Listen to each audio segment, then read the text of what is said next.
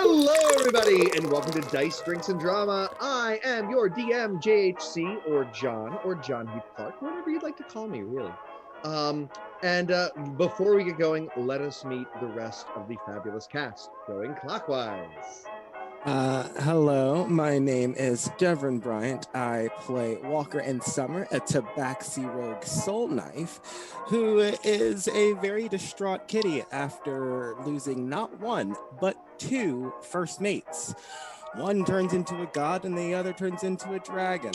Yeah. Walker is really mad at transformations right now. Who's next?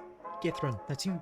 I'm next. I'm sorry. I'm so sorry I don't have the stream up. Hi, guys. My name is Catherine Wake, and I am playing Ellie Jobble Nimble Digit.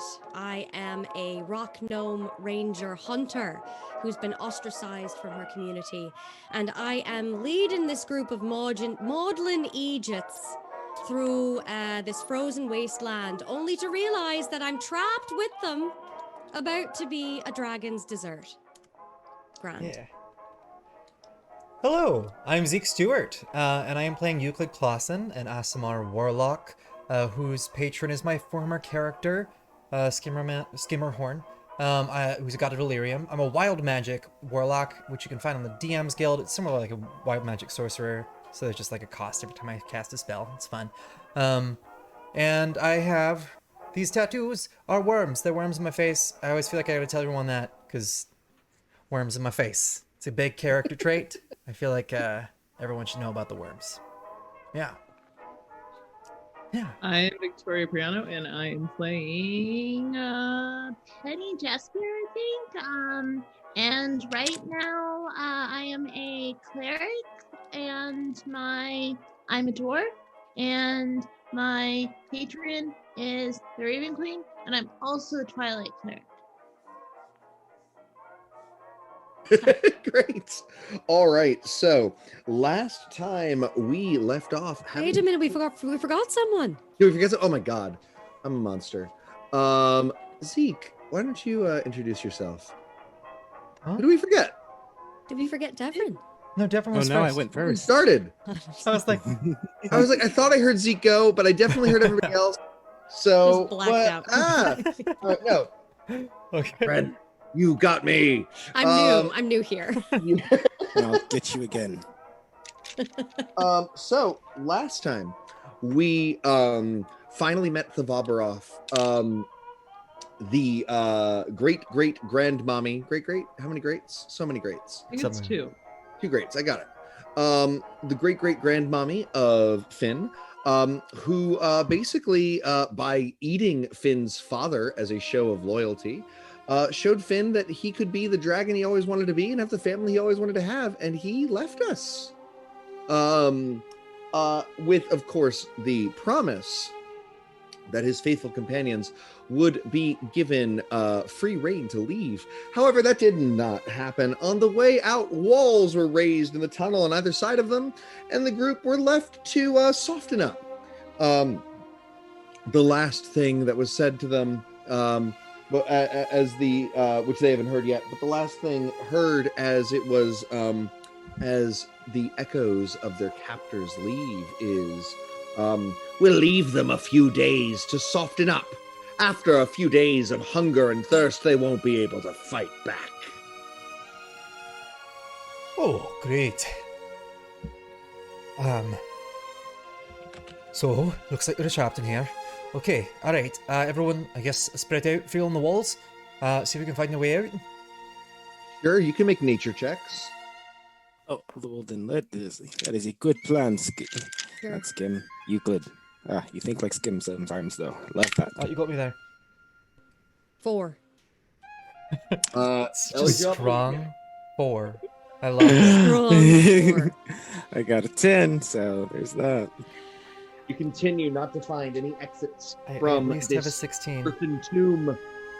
I mean, I thought there was a deal here. We left him there, and we handed over our weapons. Are we supposed to be able to leave now?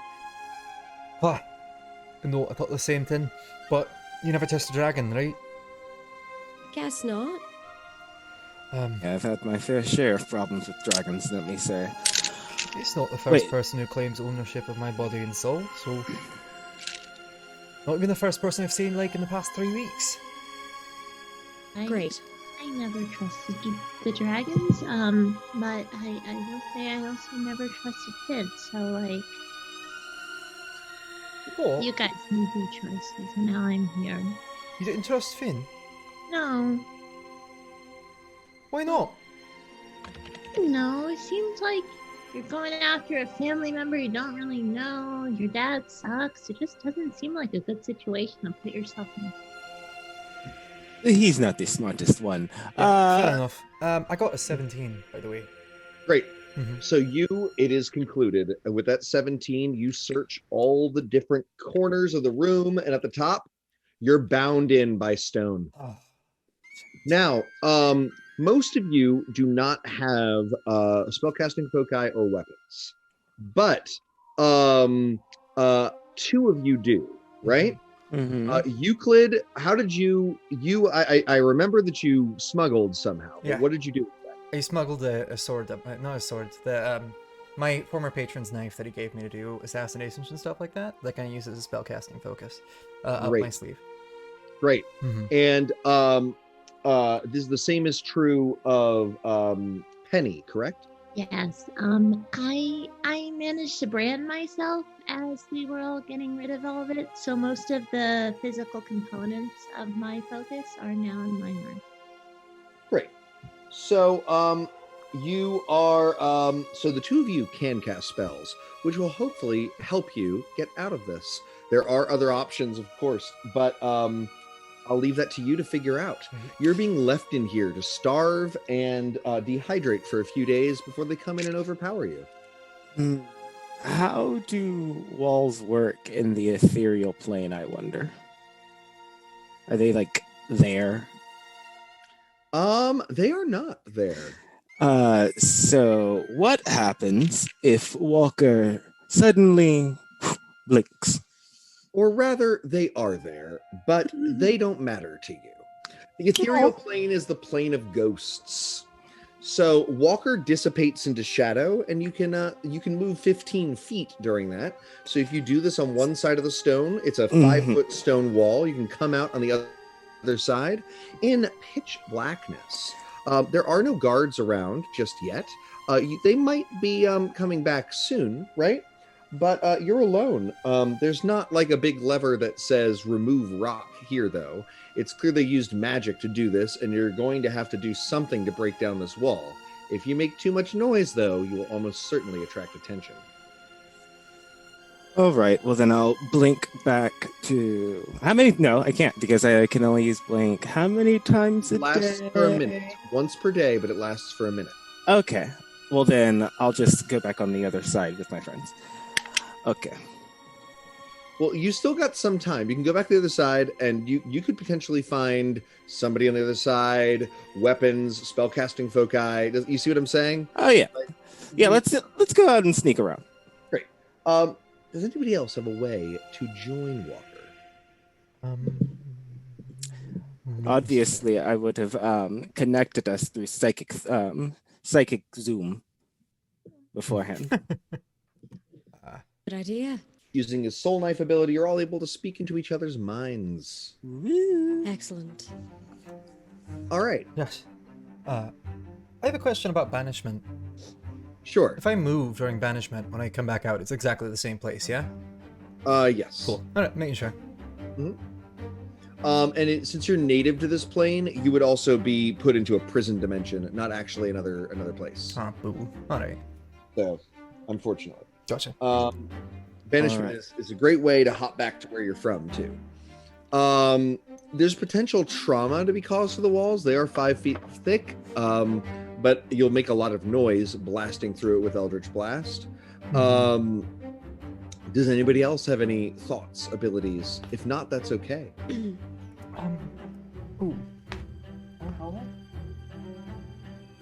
I think Walker is our best bet. Yeah, I think it's Well, look at that. So There's got to be a way to open it. There was a way to get us in here in the first place. There's got to be a way to get us out. And to help find that, I could cast Detect Thoughts as well and see if anybody nearby is thinking about specifically that. Okay. I'm thinking, do I remember what one of these guards looks like? Maybe I can capture one myself and force him to lower the walls. Sure. You think back to the guards. Why don't you make a Arcana check to see if you can figure out which one of them might have done this? Can any of us make that check? Sure. Yeah, anybody can make that check, actually, because you're all telepathically connected. You can give him that image. Great, thank you so much, because Walker got a 6. I got a 9. Not great. What was this? This is an Arcana check Arcana. to determine what spellcaster might have done this. Okay. Rolling proper. Well, that was a 19 plus 1, 20. Great. Vic, There was a I can't hear you. red- You speaking? Sorry? Vic, sorry. Did you speak? Yeah, I can't hear you right now. Can you hear me at all? Now I can hear you. Okay. Sorry. No problem. So you're fine. There was a half-red dragon halfling that looked like a more draconically advanced version of Finn that might have been able to wield geomantic powers. The red dragon children are likely to be more connected to lava and earth as a result of their red dragon parentage. So let's see. Is there a way I'm looking about that I can track him? Maybe I just pop my head out. Let's see. What do I see? The left and right. You can make a survival check or an investigation check or a perception check to try to figure out where he might have gone. Let's see what it is. It's going to be a. You said perception, right? Yep. Woo-hoo-hoo. That's a 20, dirty 20. Great. Your ears flicker and you listen in the darkness. And you're able to hear the laughter, the sinister laughter that sounds of a group of halflings. It's both sinister and mirthful, and perhaps more sinister in its mirth. Because if you didn't know better, you'd think it was a bunch of halflings just laughing and having a good time at an inn. But when you listen, they're talking about extorting people for money, burning down villages that won't pay tithes. And one of them even says... and soon the rolling hills will be ours. You know, all that wealth hidden under the ground, the fellow halflings ain't using it. To Thavabaroff. And they all go, to Thavabaroff! And drink their pints of mead. The worst kinds of people in the world. Businessmen. Okay, so, I can stealthily take a peek and see if there is ever going to be an opportunity, naturally, that the one I want is alone, so I can sneak up behind him and, Sure. rough him up a bit. Sure. So you can't see anything just yet. You don't know which one is the one you want. Do you want to try to sneak into the room? Yes, I do. Great. Make a stealth check. Oh, that is going to be a 24. Great. So there's a half dozen halflings in this room. There's 6 of them. And they seem to be in a variety of different specialties, but all pretty powerful, right? You get the impression they're wearing magical armor, they're wearing golden chains, and you remember that everywhere else you went in this region, people talked about the emissaries of Thavabaroth, these half-red dragon halflings with a mixture of fear and awe and respect, but like you respect a mob boss, right? And so you realize these guys are tough. They may be 4 feet tall, but they're rough. Pretty tough, yes. They have very draconic features, a little bit more than Finn, and bat wings, right? Or not bat wings, dragon wings. You see one of them is clearly decked out like a sorcerer. He's got a vial of dragon blood around his neck, has a wand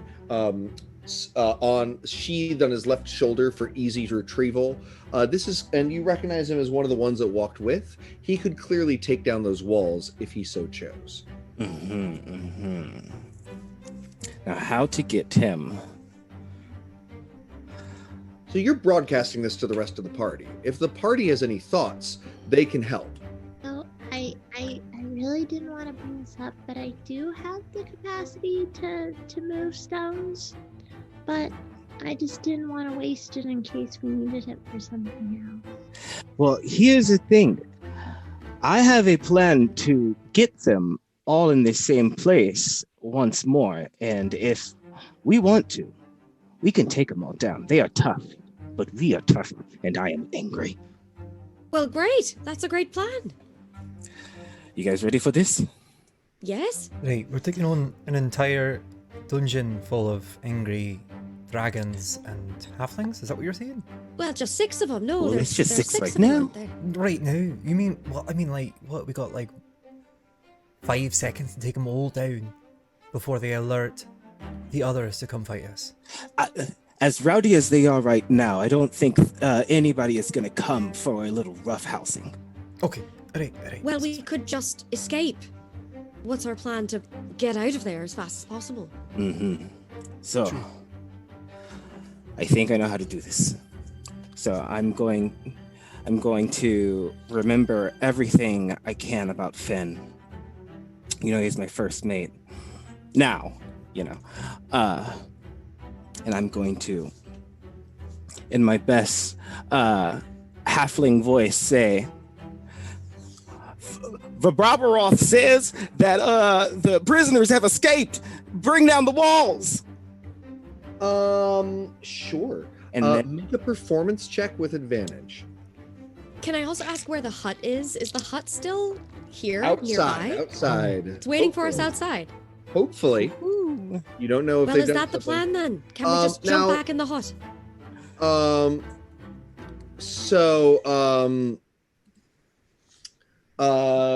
Sorry. You need, so first of all, nobody has weapons. Right. So you pull down those walls, Mhm. you're going to be weaponless. uh, Do you want to try while they're going to run over and pull down the walls to find weapons? Yeah. I mean, this is Walker is the one that. I mean, yeah, let's see. I guess, yeah, I forgot you don't have any weapons. Sorry. You don't have any weapons either. I've got soul knife claws. That's true. I've never weaponless anymore. We really need to.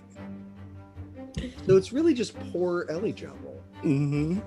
I can make her a weapon. Make her a weapon. Yeah. Well, I know a couple of spells, but I don't think they're going to help. Wait, you just need a sword, right? Sure. Or what's your kind of weapon? Yeah, mate, like short swords and a bow. Is there any weapon in here that I can see One of the that I can steal? One of the halflings clearly has a very nice magical dagger. Right? He's clearly an assassin of some sort. He's running past you to go to where your friends are. You could try to be like, boop. Yeah. And What kind of, great, make it a little. A what? a sleight of hand check. Let's do this. Ooh, these rolls love me, and I love them, and they love me for loving them, and I love them for loving me. And that is a... What is that? Walker inside. That is another 25. Yes. 25. Great. So you are able to grab the dagger, and it drips with venom in your hand. It's a dagger of venom. Once per day, you can make it ooze out a whole bunch of extra acid into somebody's veins. Nice. Right? It's not as strong as the Frostbrand Butcher's Cleaver, which you'll hope to find again, but it'll get you through this combat, right? So, great. There are 6 half-dragon halflings running in this direction. Are you planning on fighting them, misdirecting them? How are you planning on handling them? They're running towards me, right? No, they are running towards the To the wall to bring it down, yes? Right, yes. Right. So I think we're just going to flank them. Great. So you're going to come behind them. Mhm. You're going to try to throw, as soon as the wall comes down, throw the dagger to Elijabel. Yes. You try to fight them. You should be. So actually, this is an audience decision. Fight them or run from them or somehow deceive them. Don't give me Oh, the chance to God. write "Do them a kiss." You're asking. Yes. You guys could hide as they bring the walls down. And We could hide, but where? You said you could do something with rocks, Penny. We could also just all stand in a corner over there, and it's like really, it's a little. I can make it dark. Yeah, and they wouldn't even see you, and you can sneak out. My God, I have a spell too. Pass without trace. I could cast that, and we could sneak out of there, but we still don't have more weapons. Well, I've got a weapon for you right here. That's true. It's just, my longbow and my meat cleaver. Good. I've grown fond of it. I am sure you're fond of your life as well, eh? Yes. Suppose you got me there. Oh, But listen, y'all got us, and you all kind of got me into this. yes, and we are very sorry. I mean, who would have guessed that a red dragon would betray us? Yeah, who would have guessed? I thought- think we were trusting Finn more than the Red Dragon, to be honest with you. Well, I honestly trusted that Finn had more clout. I'll have to have a talk with him about this. Everyone always chooses Kiss, by the way. That's always the first choice. You put it in. I said maybe Kiss. There's a Deduction. choice. We don't have to. We don't have to kiss him. This time I made it up to the player to decide how they go about kissing the halfling instead of. Great. Looks. Looks like the fight is going. Oh, it looks like it's gonna be a fight this time. Oh.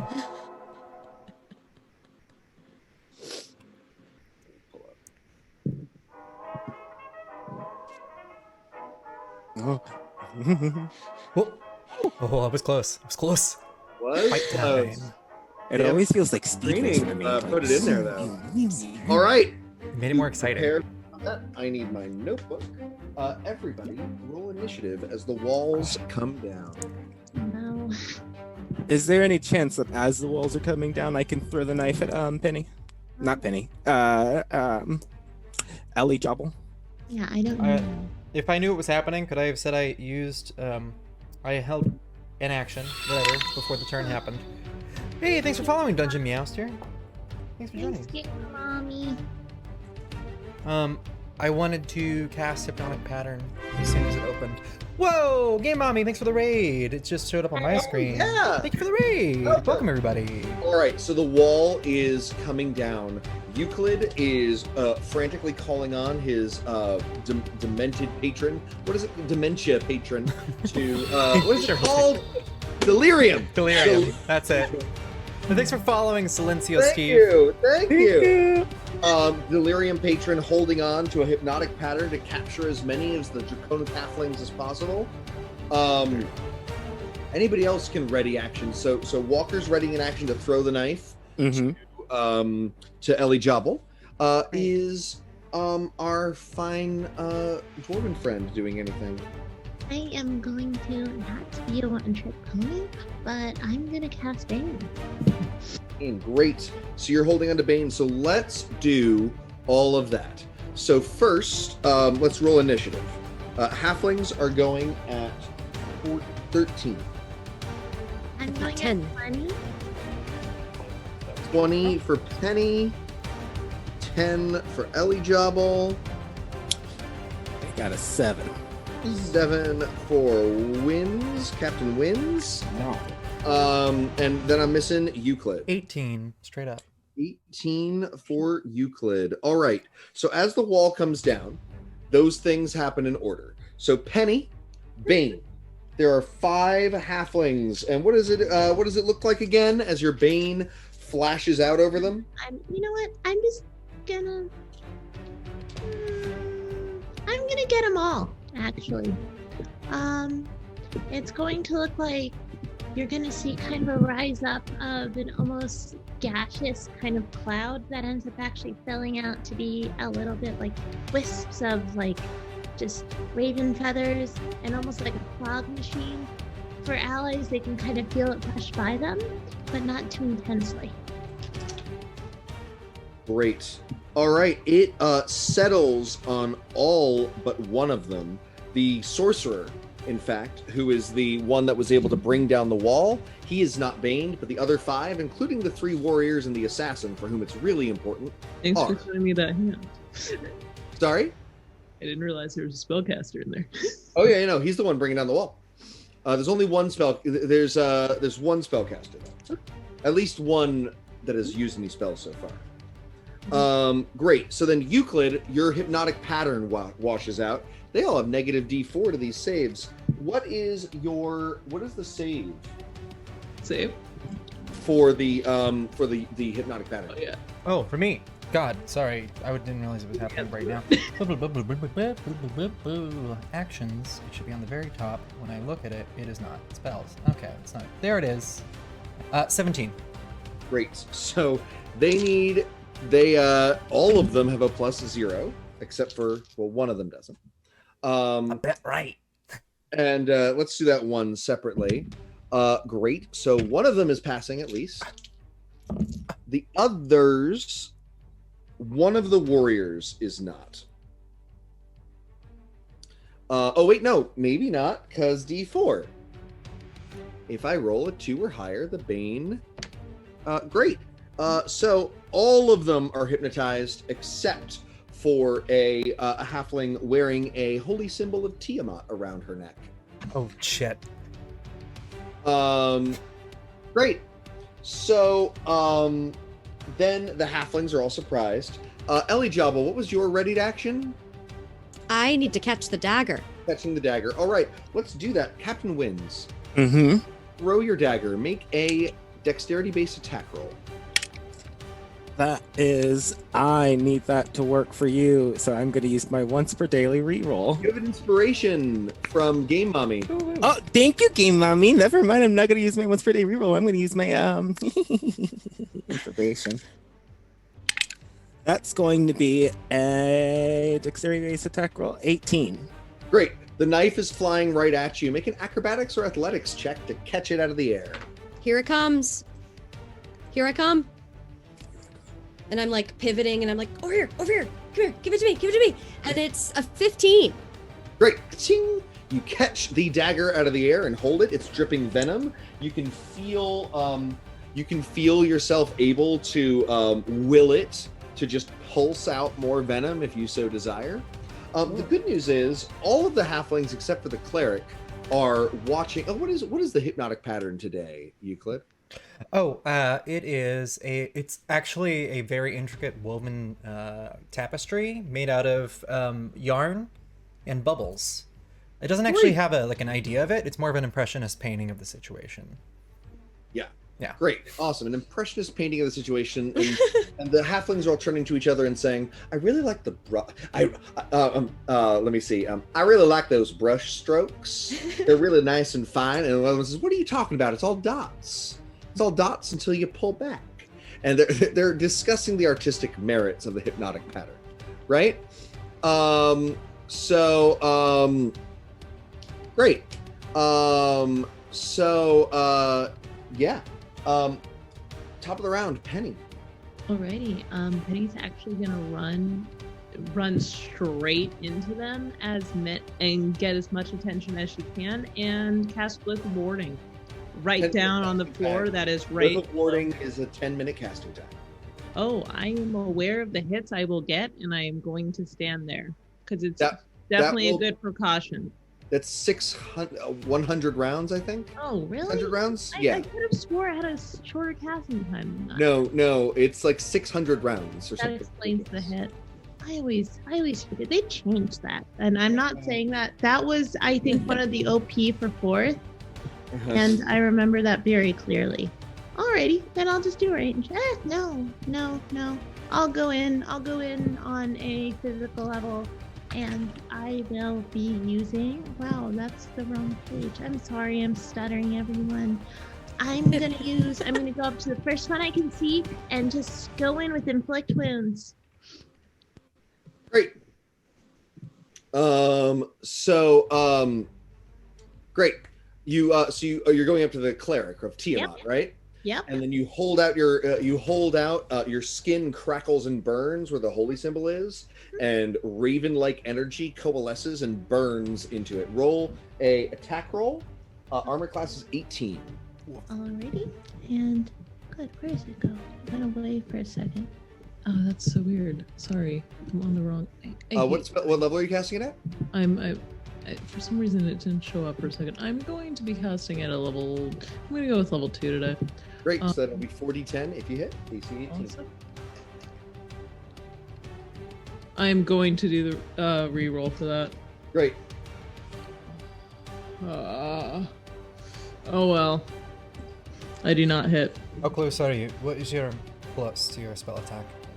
Oh, it's +8. I've rolled horribly 2 times in a row. Cool. I'm going to subvert reality to give you another roll. Fantastic. You remember how bad that went for a brief moment, but then reality twists around you. You go backwards a couple seconds in time and get to grab again. Okay. Fantastic. I hit 22. Great. Yeah. It worked. The Now- necrotic energy sizzles into the cleric. Roll 17. 17. Great. It's at 48 remaining hit points as parts of it are rended apart as though ravens made of necrotic energy were pecking away at its face. Great. Yuko. Great. Just to remind you, you can give me a wild magic surgeon if you'd like. I'm gonna just Eldritch Blast with my cool-ass knife. Great. Yep. 2 of those. Spell attack. Oh. Okay, that one doesn't hit. Another one. I'm just gonna actually use my roll dice because I trust them more. Yeah. That one I trust. Glad I did. Got a 13 that time, plus 9, so 22. Great. 22 to hit. Yep. That hits. It burns into the priestess's through the priestess's fire dragon armor and smacks her. Great. Roll the roll that. Sorry. 14. 14. All right. So she's at 34. And then Euclid disappears in a puff of wild energy with only a puddle of very fragrant wine left on the ground where he was.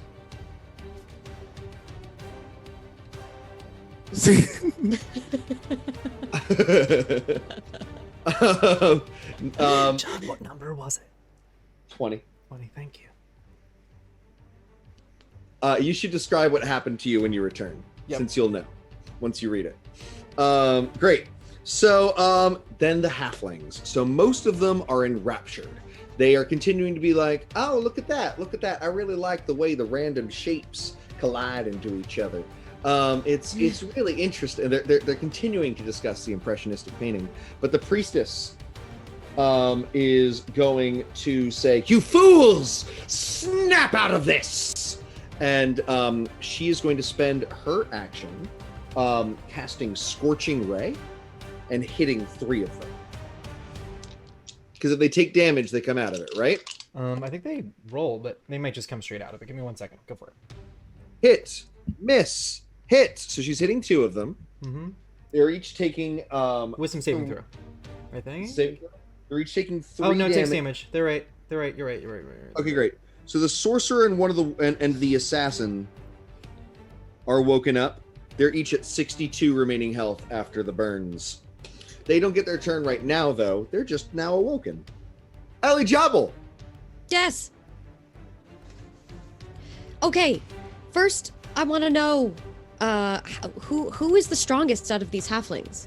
They're all pretty strong. There's 6 of them. 3 warriors, a sorcerer, a cleric, and an assassin. Only The assassin, only the 3 non-warriors are capable right now. The cleric is at the lowest health. She can heal people. She's also got a really good wisdom save. She might be your best target. Great. I would like to use my bonus action first to cast Hunter's Mark on the cleric. Does this look any different, or is it just still that same intense focus? Intense focus. I haven't figured that out yet. That's totally fine. A full intense focus comes over the gnome's face. She turns into a feline-like hunter, and then has the dagger. Leaping in. Say that again. Leaping in. Leaping in. I am full feral, because this is the first time that I am facing people of my stature. I'm so excited about the fact that I'm actually fighting people who are 3 feet tall. And it basically just turns me into a ferocious, barbaric kind of hunter with my one small dagger of venom. Lovely. And I am so excited that I have a weapon. Great. So you leap in. So first, roll your attack roll. Right. That's the D20, yes? Correct. Adding your attack modifier, which I believe is 8. Yep, that's 20. Great. So you slash through her armor, stabbing her in the chest. If you want, you can squeeze the handle and insert some poison in it as well.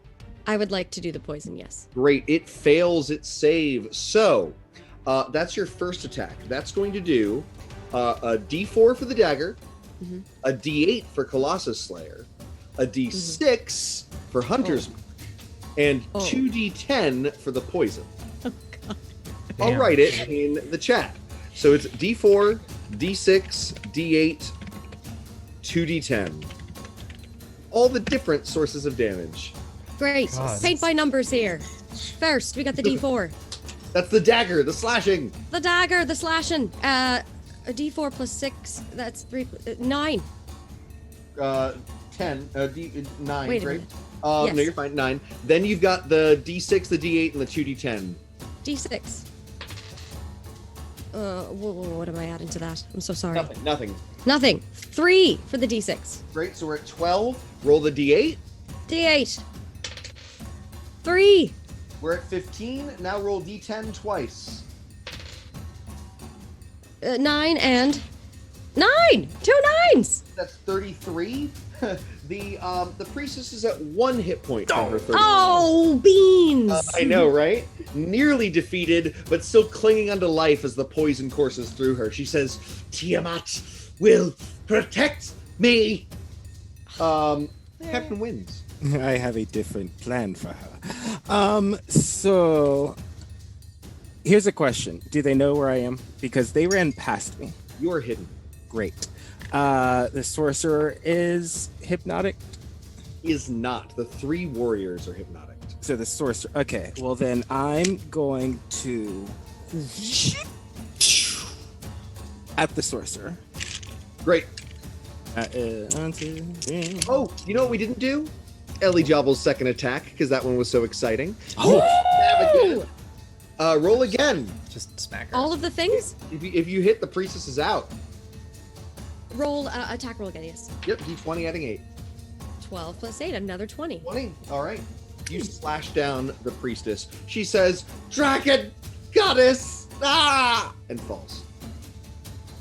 Is that Basic. Good news. So now, Walker, Captain wins. is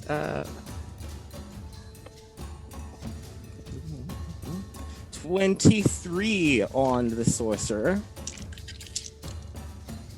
And then, because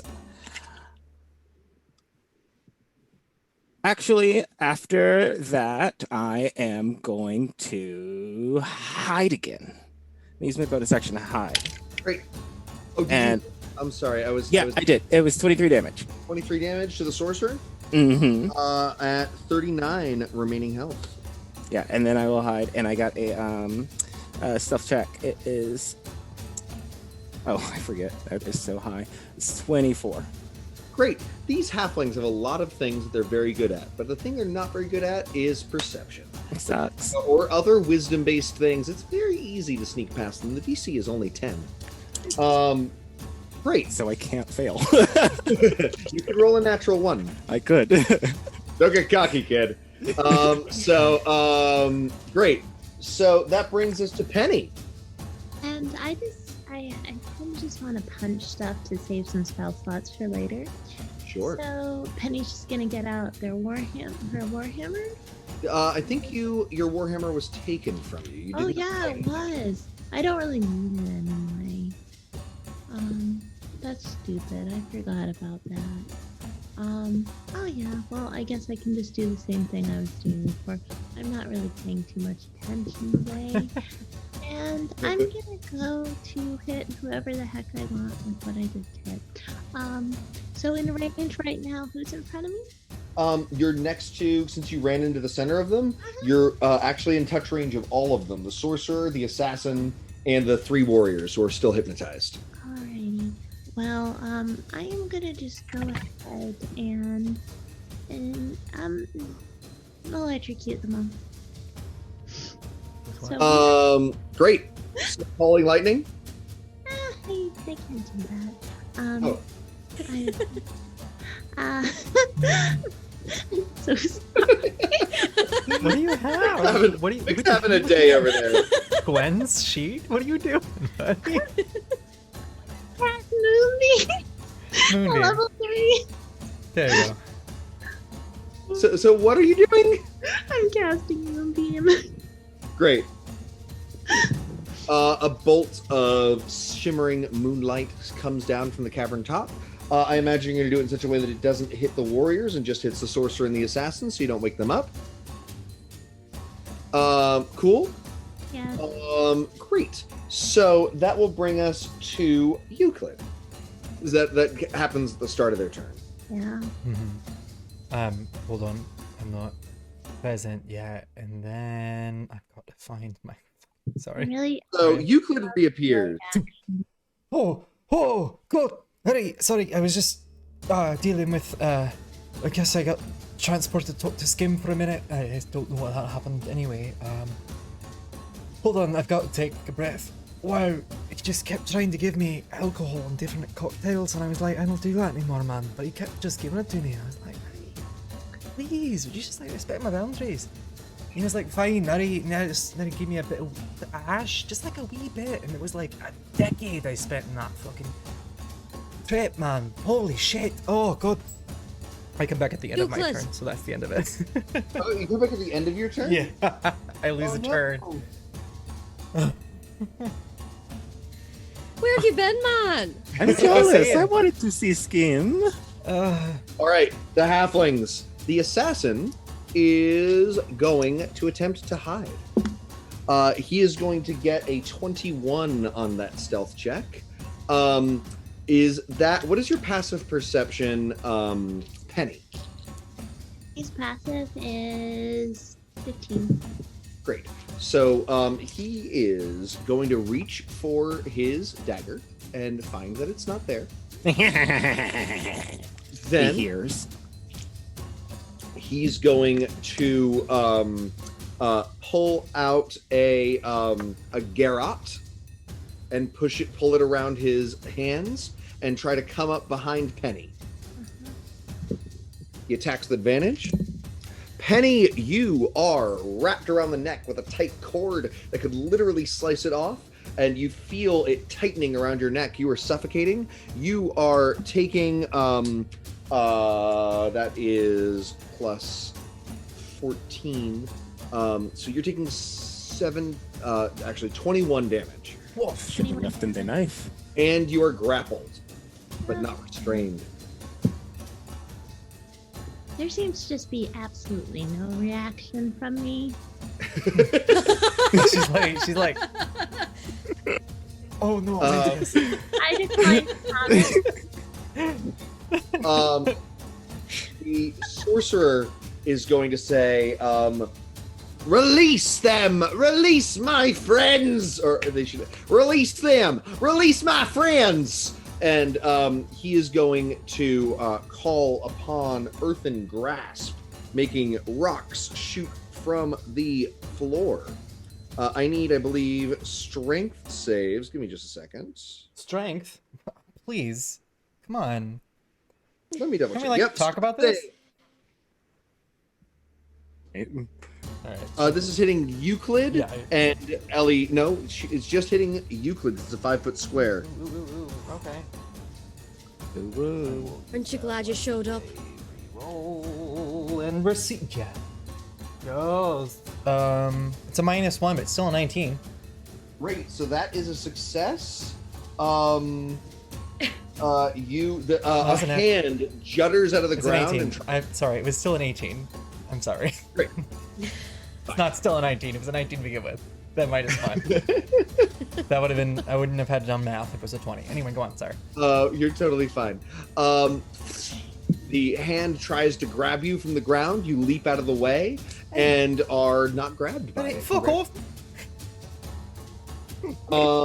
That's the halflings. So we're at Ellie Jobble. Oh my god.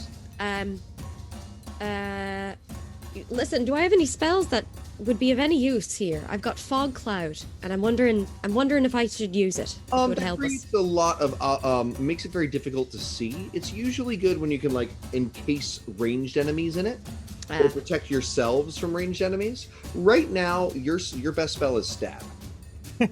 Let's stab. It's my favorite Great. spell. Let's stab again. Great. Very There's good a spell. sorcerer at 39. Yeah, let's stab him. So your bonus action, you move your hunter's mark over, right? Let's do it. Yeah. Yep. Right. So you choose a new target for your prey, and then you leap at the sorcerer, dagger at the ready, and stab at him. Roll a attack roll. No advantage this time. AC is 18.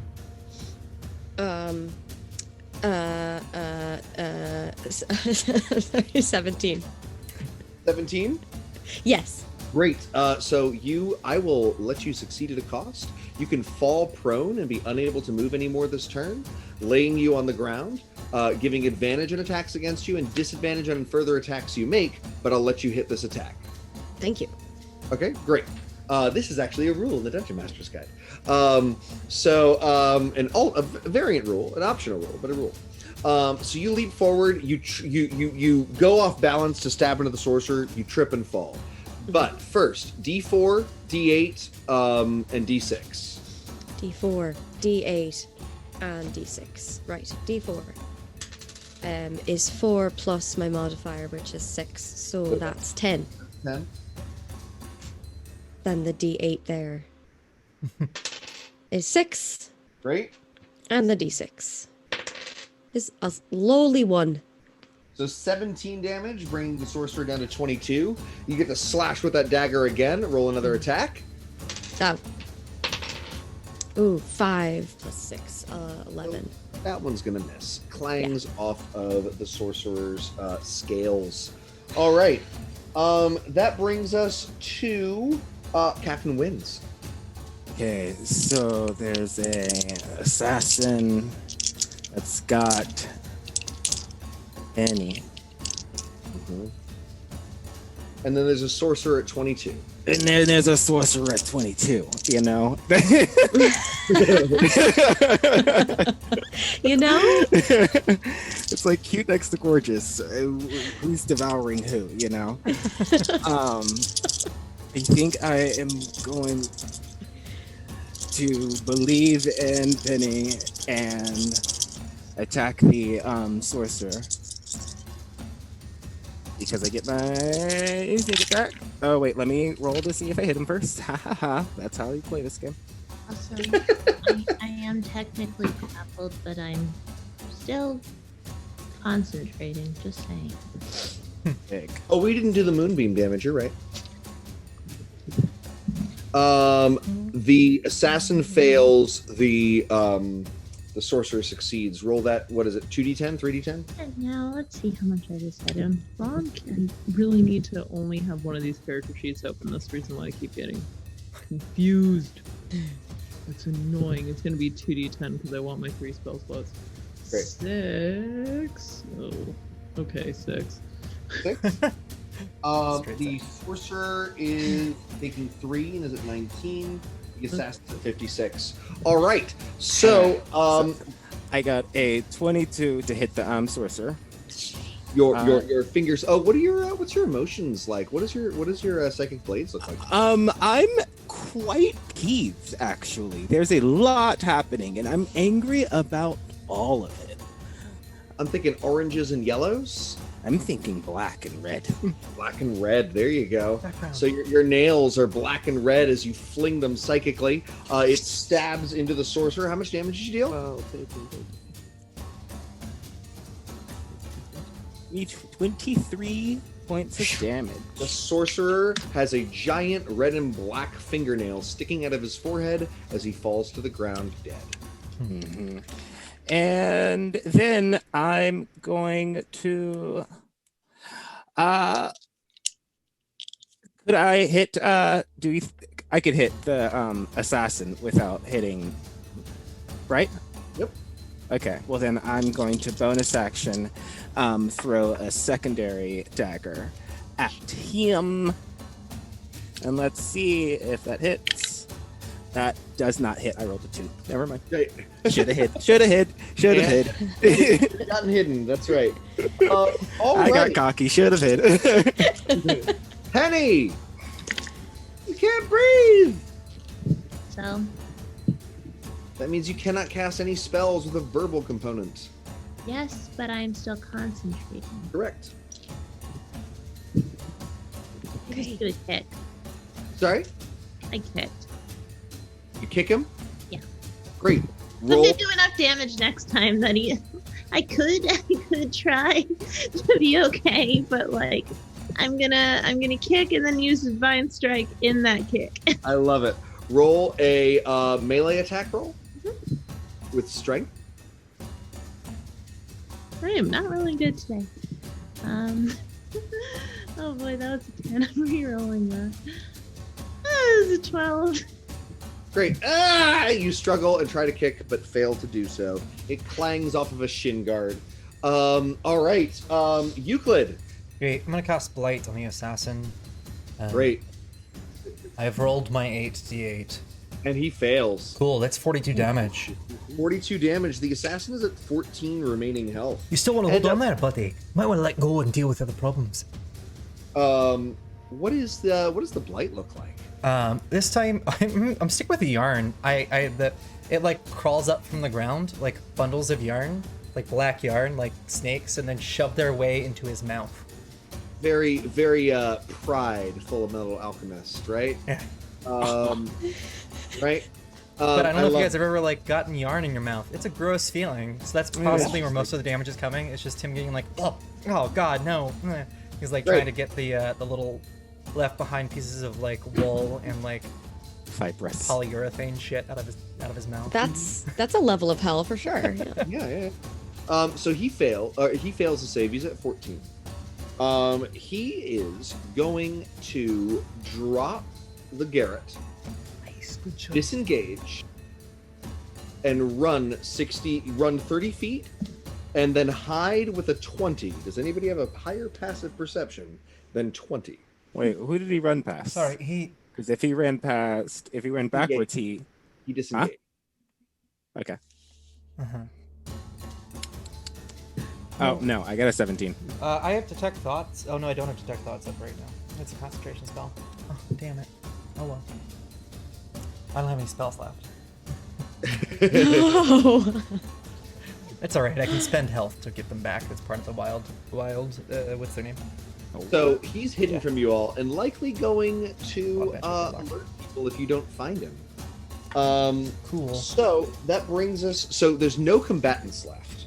The warriors are all still art critics. I thank you for finding this deeply amusing, Catherine. I really do. The sorcerer and the cleric are down, and the assassin is hidden and running away.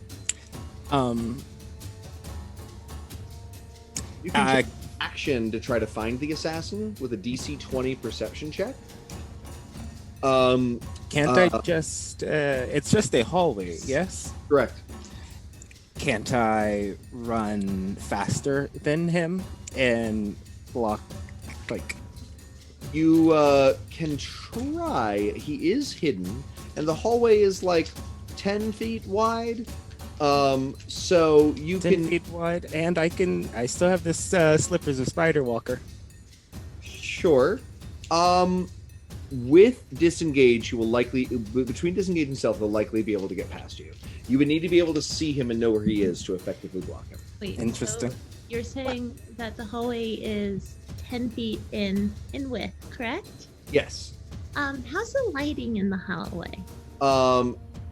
Dark. The creatures here are dark. Alrighty. So, Penny's like, hey, how about this? I go high, you go low, and we just swing through. That sounds great. Because I can fly if it's dark enough. Well, I'm already down here.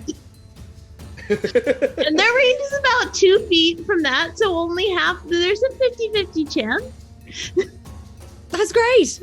But it was a DC, 20 perception check? In order to find him, yes. I can make that. Yeah, can I roll that? I might be able to. It's an action on your turn. So we're Right. at we're actually at EJ, aren't we?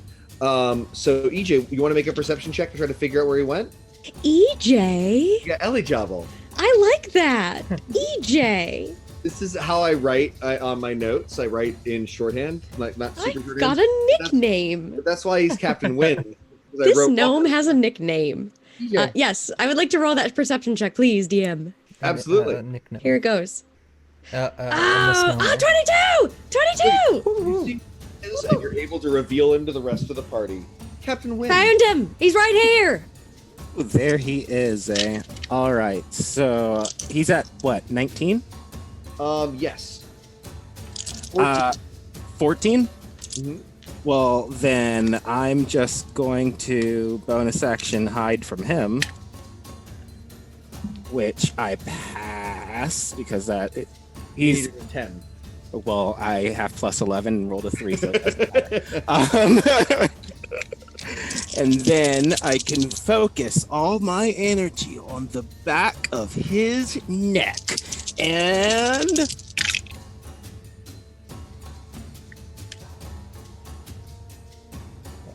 how much is he at? 14. 17. Great. The red angry sliver flies through the air, catches him in the back of the neck. He stumbles and falls. Still, the remaining 3 warriors are like really checking out the hypnotic pattern. Wait, I want to see if I can. I don't. This is not part of the rules, but if I slowly move that hypnotic pattern towards the room where we were in before, will they follow it? This time, yes. Yes.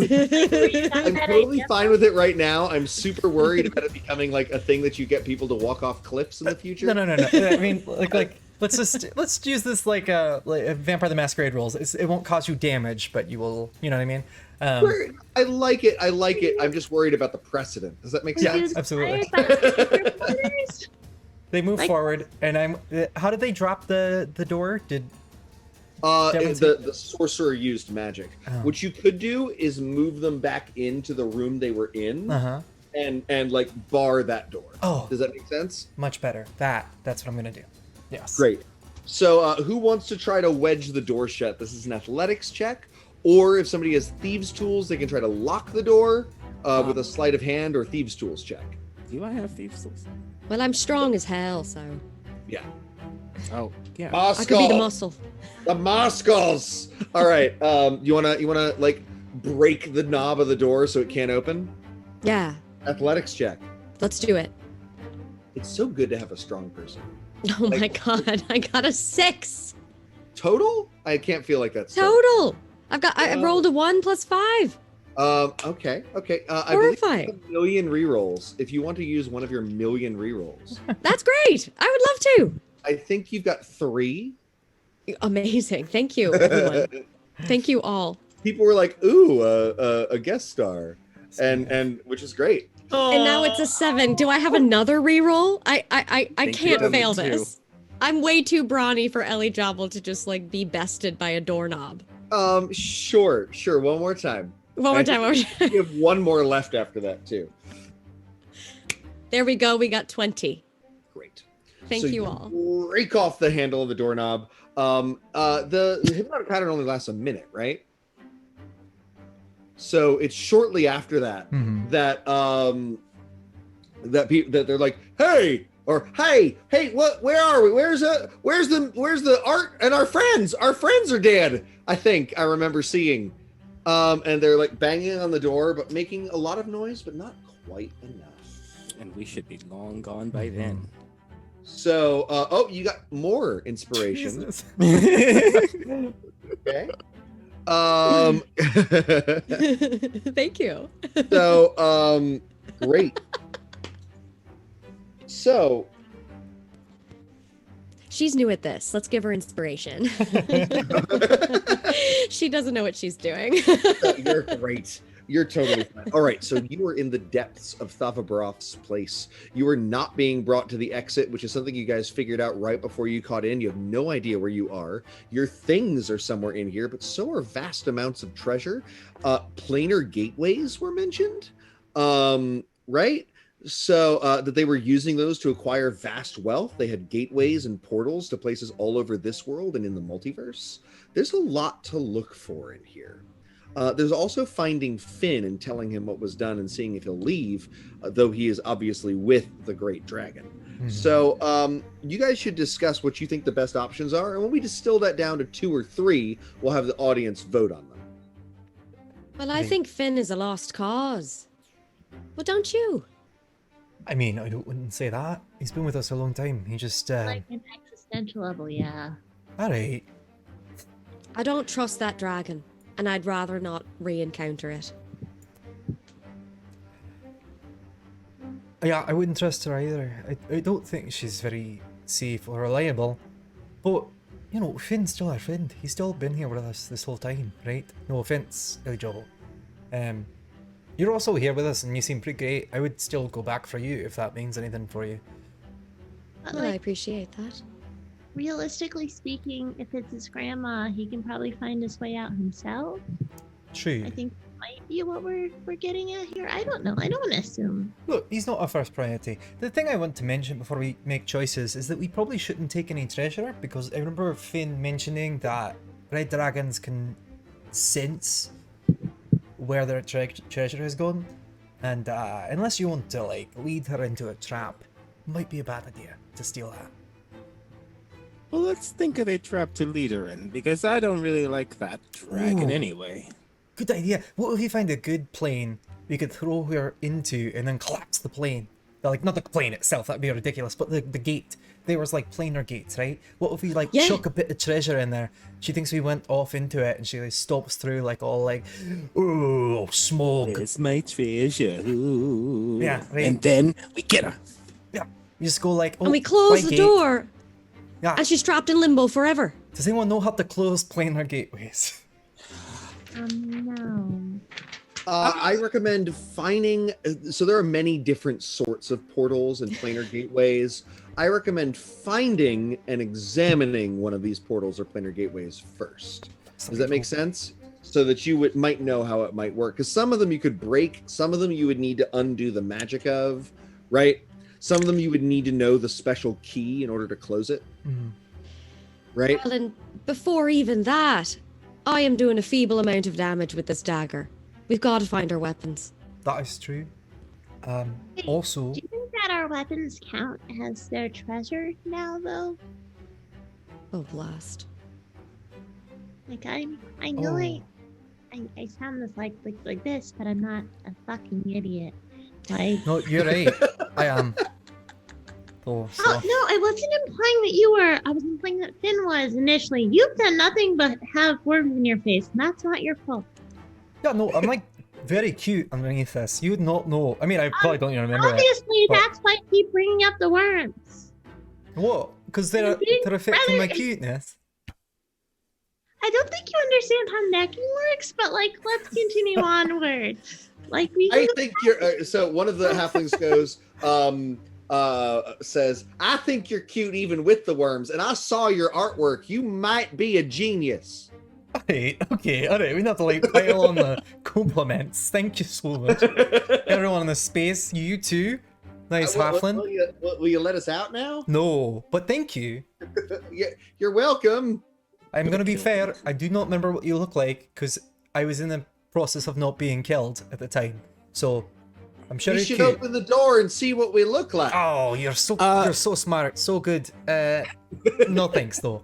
We might open the door if you tell us where our weapons are, though. Ooh, good point. Tell us first though. That's how the exchange goes. This is an intimidation check, Walker. Make an intimidation check or a persuasion check. That's going to be a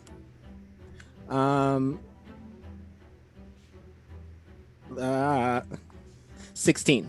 16. Sure, you're they're in processing to be added to the specific hordes that they belong to. Thavabaroff has many hordes, and so the halfling accountants are looking over that, and they'll be determining which horde exactly each of your items belongs in, and they'll make sure it's categorized and made sure. If any of it's gold, though, it's likely going to end up directly in Thavabaroff's main horde. Is there some kind of tracking number we can use to like locate them where That'll they be are on the conveyor potential. belt? Well, they're in processing, so they're all going to be in processing. But once they're through processing, they'll be properly cataloged. And So do you have a processing is manager? where? Directions to processing. Cool. Can I speak to your supervisor? Yes. You could have. You killed her. She was the cleric. Oh, she was bad at her job. We've got to go very fast then, because if they are still in processing, that means that the tracking magic must have not been put on them yet. If we can get our weapons before then, boom, bam, you know? Right. So now we're sneakily hurrying to processing, maybe? Yeah. Let's do Or this. no, there's a vote. Oh, was this gonna be a vote? It was, Oh. but I feels like this is the correct choice. It's the correct choice, yeah. Like this is the correct first choice. There's a lot of other stuff to do in this mountain, but this is the right. So you are all going to be sneaking. Now, again, once you've gotten past the like really perceptive guards outside, the guys in here are pretty easy to sneak past. But it might still behoove you all to use any additional tricks you might have to sneak better. The DM winks at EJ. Oh, Eligible, you have a thought?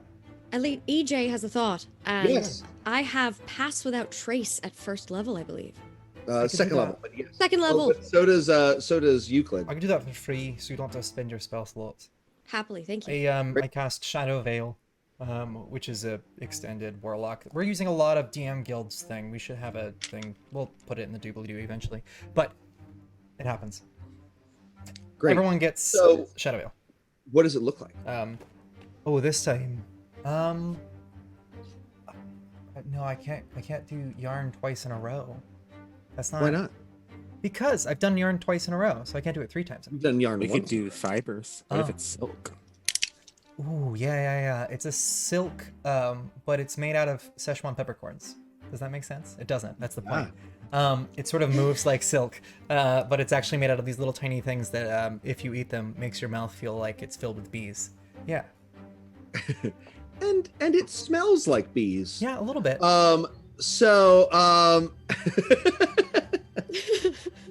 Great. So So- we like sneaking, and someone's like, "Does it smell like bees in here?" It smells like straight up bees. It's just a distraction.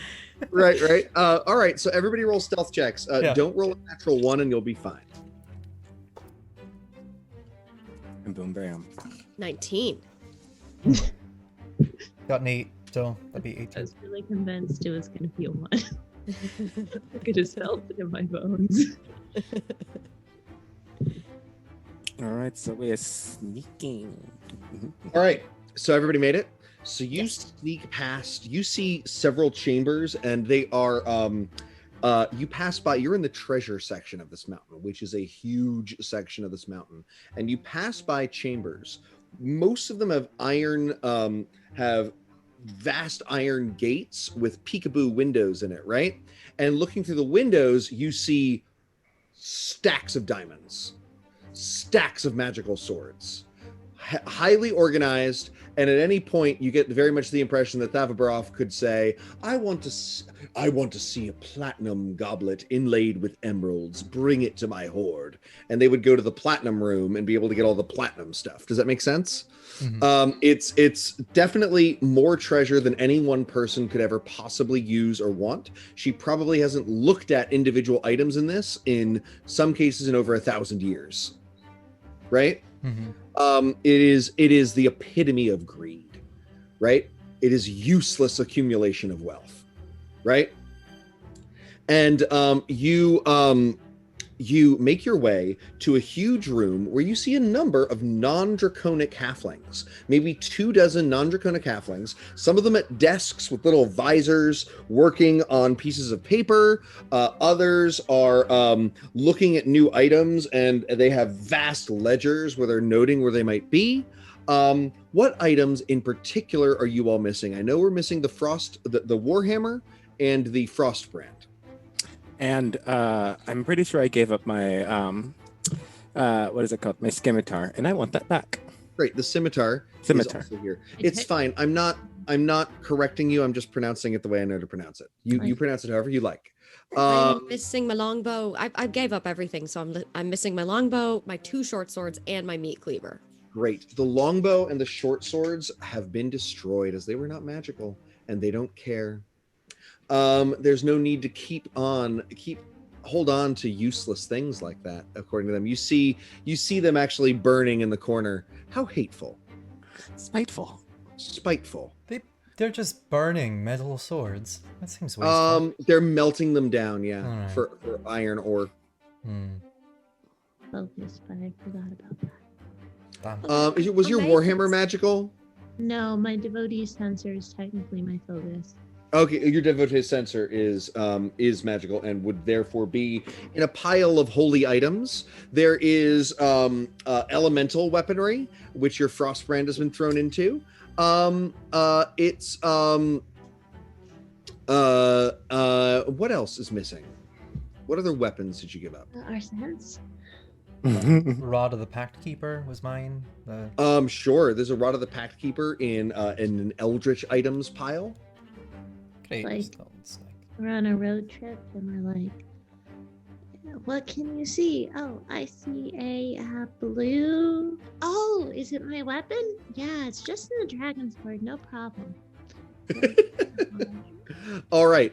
Small wooden sign, smelly god stuff, essentially. Any of you could try to sneak in and try to grab these things, or there's a lot of other items in this room.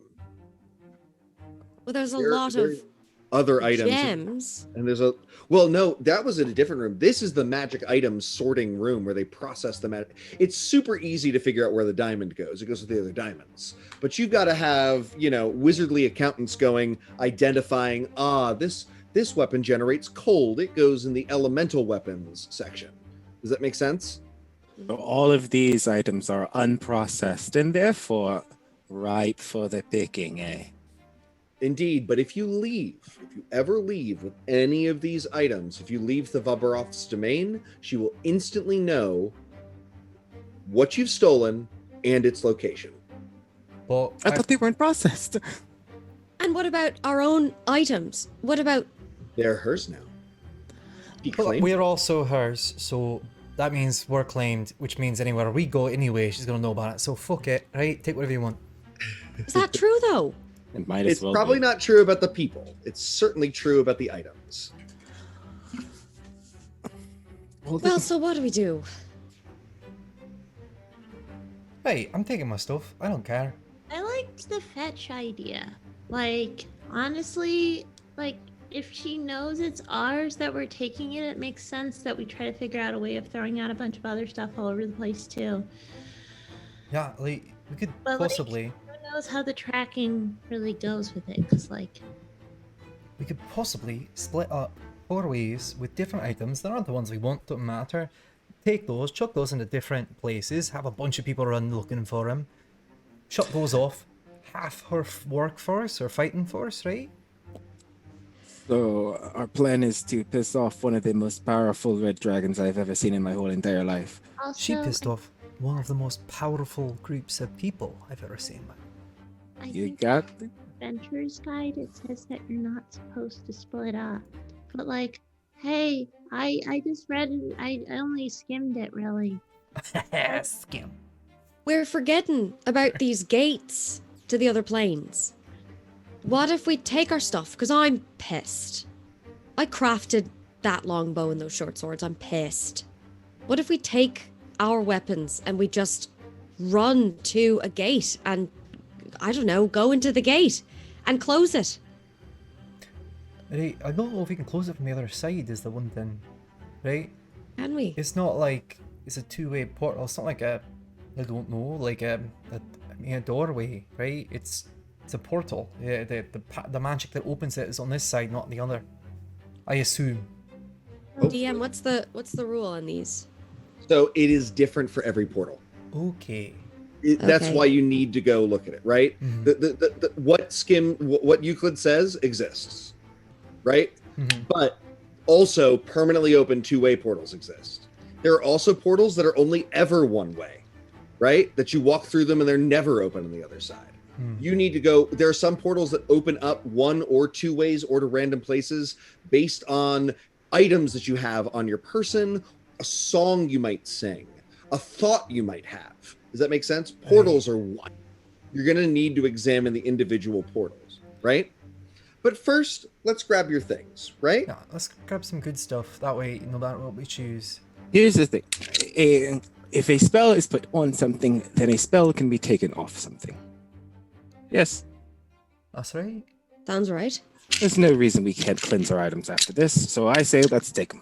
Wait, so like, are you implying that it might be like a spell that would be tracking it?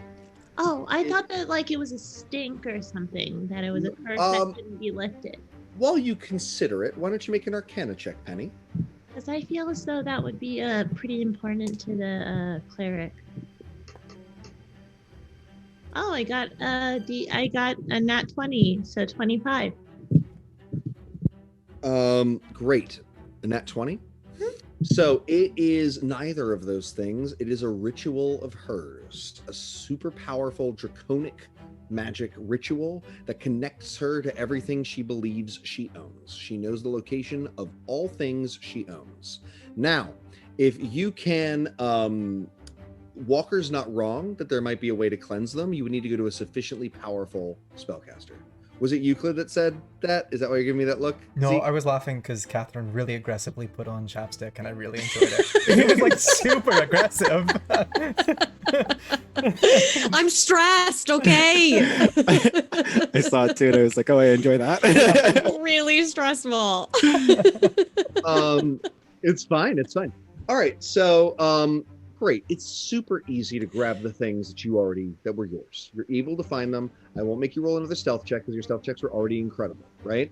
So you are able to grab the items that you are missing that were magical. If they were non-magical, they've been destroyed and turned into resources. Does that make sense? Mhm.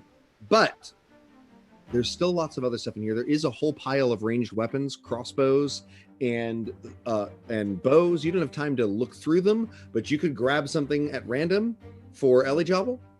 I would love to grab a bow. Great. So Ellie Jobble, you're going to grab a random bow. Yes, a longbow. Can you roll a D3 for me? A D4 for me, actually. You don't have a D4.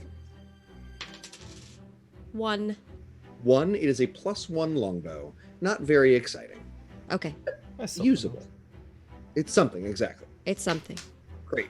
At that point, one of the halflings goes, I could have sworn there was a Rod of the Pact Keeper around here somewhere. I just was looking at it. Where did that darn thing go? And he's like looking around. Nobody's really nervous just yet. They will be, because they'll have lost some of the Red Dragon's treasure, which means they'll probably get eaten for it. But for right now, there's like, I just could have sworn. And then, do you want to grab as a group? You have time to potentially grab another item, but as you grab more items, it becomes more dangerous. I'm good. Could I rip a page out of the book and they wouldn't? I don't know. I'm just thinking like, hey, you don't have evidence of the fact that something's been stolen. I don't know. That's stupid. You could. It won't do anything. Cool. What do you guys think? You want to take something? We all have our magical weapons, yes? Mm-hmm. Correct. Okay. I just got my sword again. I'm grand. No, I'm good. Yep. She can keep her treasure. Right. Capitalist. Oh, she was coming for something more. I'm gonna grab one thing out the door. I'm gonna do it. I'm bad. I'm a bad man. Great. What sort of thing? From what sort of pile? I'm gonna try to grab something. Are there scrolls of any sort? Absolutely. Yep, I'll snatch a scroll. Roll a d8 for me. D8. Huh. You got it. How did you say it? Well, if he's grabbing something, I'm poor as hell. That's a 6. I'm penniless. 6. All right. Now roll a d20 for me. D20. This better be damn worth it. Yeah, I mean, yeah. Especially since we're rolling twice. 18. You rolled a 6. Yep, 6 and an 18. Great. So you pick up the scroll. Mm-hmm. It's a 6th level wizard spell. And it is 1, 2, 3, 4, 5, 6, 7, 8, 9, 10, 11, 12, 13, 14, 15, 16, 17. You said 18? Mm-hmm. It is a scroll of Sunbeam. Cool. I don't know. I'm gonna look up what that spell does. Wait, do I know what that It spell lets you shoot a bolt of sunlight every round for as long as you maintain concentration on it. Cool. It does 68 radiant damage and blinds people. I believe it does more if they're a vampire Oh, nice. or other undead. But that's what I know about it, right? It's an anti-undead spell is what it really Wow. is. Or- Wow, that's a lot. Cool. Awesome. Yeah. Mm-hmm. Yeah, no, it's actually a pretty good warlock spell, but it doesn't appear in any warlock spell lists. Like it would be great. Those turn after turn spells are great for warlocks, but Yeah. they don't exist in spell So wait, lists. you mean I could cast that at the beginning of a round of like the beginning of a combat, and then be able to do have it 68 radiant damage every turn. on top of Constitution my saving Eldritch throw. Blast, correct? No, because it's an action. Oh, that was a bonus action. All right, that's still cool. Cool. Sorry, it's still cool. Yeah. All right. 68 's Cool. worth it. Yeah. Especially if it's like something vulnerable to radiant or something like that. Mm-hmm. Great. Anything else you're stealing from this treasure room? How hot are we right now? You know? Um, Yeah, how... Well, there was a really nice butcher's cleaver around here. This is getting weird. I think some stuff's disappearing. Okay. I'm gonna grab a ring and let's go. And I'm going to grab a small ring as well. Great. Grab Why something don't I you can pawn both off later. roll? Let me see if I can find a random magic ring table. Magic rings 5e.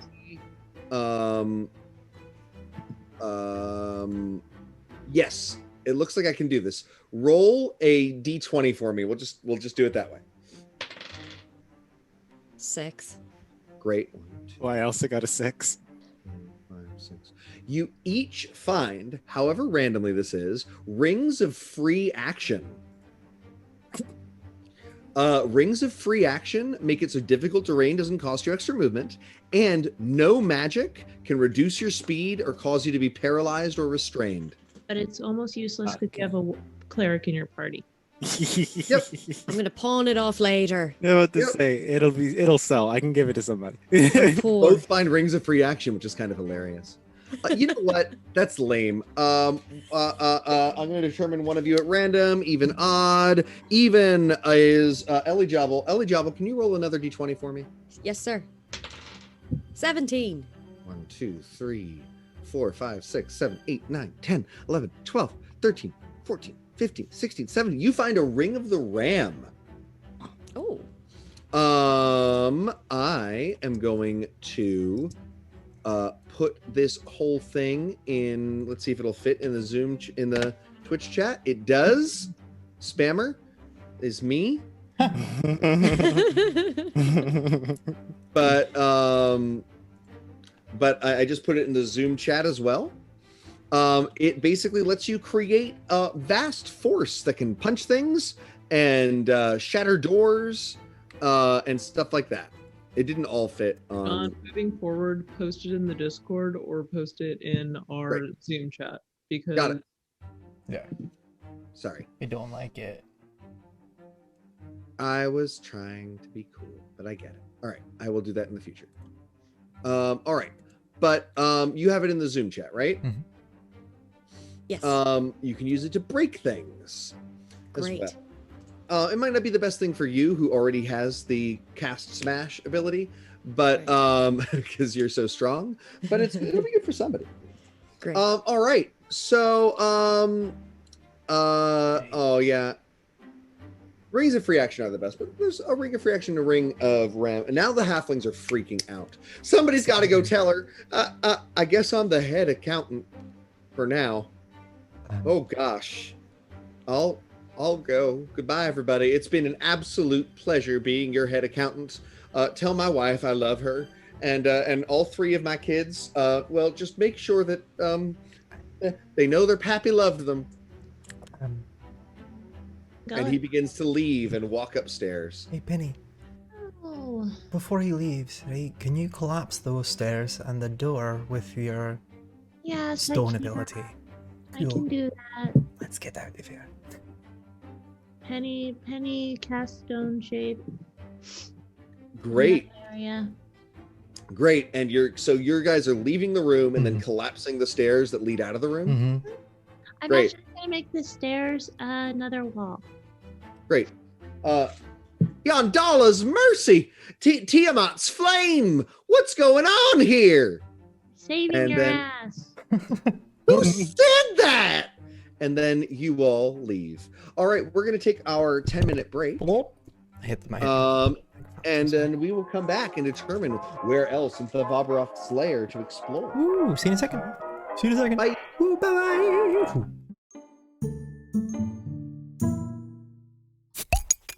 Hello, everybody, and welcome back to Dice, Drinks, and Drama. We are exploring the inside of Thavabaroff's horrifying underground compound in her great mountain. So there are a couple choices at this point. There's finding Finn. There's finding these planar portals. There's figuring out a way to just GTFO. What are you guys thinking? And then we can let the audience decide which one to do. What are your thoughts as to where one might go? Well, I'm no stranger to extraplanar travel. It's how me and my mentor kind of created these celestial machinations. So I kind of know my way around. I'd rather not do that, but I'd also rather not get tracked by an evil red dragon. I mean, that's fair. I think we should not plan on fighting a giant ancient red dragon. That's the goal. But we probably also shouldn't leave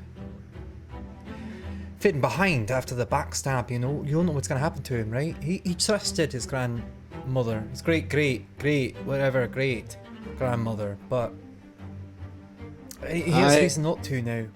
I agree. His great grandmother went back on his deal, and that is something that Finn needs to know. That being said, we should probably tell him via a letter or something, because we should probably go. Right, I mean, he's not in danger, is he? He's where he wants to be. He just simply doesn't know that the deal didn't work out for us. I mean, she did just kill his dad, you know? Honestly, like, when it comes to this sort of thing, and I usually don't say this, like, I think it's his best bet to not know what ended up happening with us. Because, like, she did just kill his father, and that was, like, one of his only family members. And so if he actually found out about what happened with us, I don't know. Like, it seems like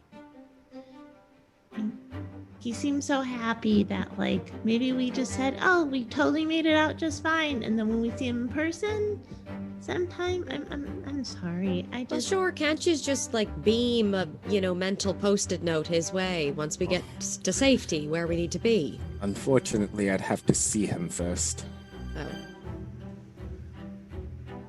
Right, so we could just sneak around, like get in mental directions, shoot him a line, and then peace the fuck out, right?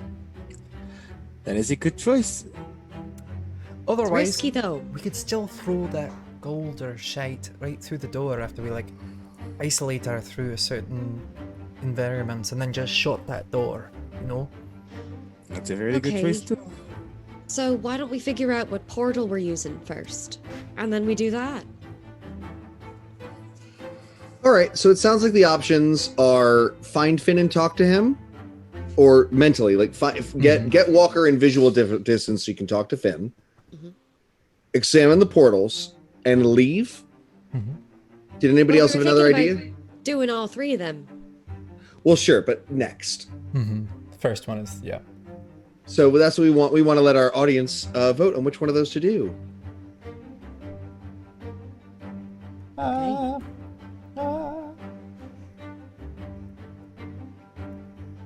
Is kissing an option here? If you would like. It's the dragon, and we can figure it out from there. I'm not advocating for that at all. What will be voted on. Just know if it gets added, it's what will happen. Please don't. Did you know people like sex? You degenerates. You filthy degenerates. All right, let's begin. Yes. What's a party What's to a do? party to do? Kiss, I guess. No! You did this, Ellie Jubble. I didn't! It was rhetorical. I was asking a rhetorical question. Wow. Your church winning, isn't it? Oh, nothing's winning. Well, proud of you all. Damn it! Oh. There it is. Okay, of course it's winning. Yep. Well, we'll see. Oh, wow. People are going towards the... Okay, there we go. All That right. was not my doing. I don't even know what it means. I don't know what it means either. New plan, it involves kissing. Welcome to Dice, Drinks, and Drama, where kiss, I guess, is the answer to every question. Where the rules are made up, but the kissing is a given. Yeah. Oh. Oh, wow. This is a weird tie. Oh, all right. Hey, all right. A real plan. Right. Wow, actually, it's the first time kissing has not been the choice. What was the right. choice? I don't have chat up. It was Dragon's Portal. Okay. All right. So, great. So, so you're finding your way around. Ellie Jubble, you've got the most experience moving through places like this. Can you make a survival check to try to find your way through this place? A 7. Unreal. 7. Yeah. Great. You get lost in the underground corridors. No. Come across dungeons where people have literally been left to rot. They're just rotting bodies of unfed people that were claimed by the dragon, but ultimately not desired. Couldn't be allowed to be let free, right? But were of no use. They were just left to rot. You pass more treasure chambers. The only thing you don't see is anything made of gold, which clearly the dragon is particularly fond of. Eventually, after a long period of time, you all make your way and find a huge freestanding structure inside a gigantic cavern. It looks like a giant gazebo, 4-sided. And each side is a different shimmering portal. It's a giant cubic gate, as it were, and it looks like it can be even programmed. This is the finest piece of treasure, literally artifact level, that the Thavabaroff could have, right? And you could, Arcana checks can be made to examine what happened. Did your cat just do something wild? We're still up. Everything's fine. Nothing changed. She stepped all over the computer, but I think we're fine. I'm gonna make sure sound's still going. Holy crap! Who was it? It's Myris. We're all good. We're all good. We're all good. Yeah, I'd love to make that Arcana check. I failed it. I got a 9. Walker never knows anything that has anything to do with magic. He's always like, I'll be using my reroll. God, I got a 5. I got a Rolling 21. terribly. You got a 21. You win. Yes, I did. I just got a Sorry, I 16. have to go back into Vic voice occasionally when it comes to this. You can always do both.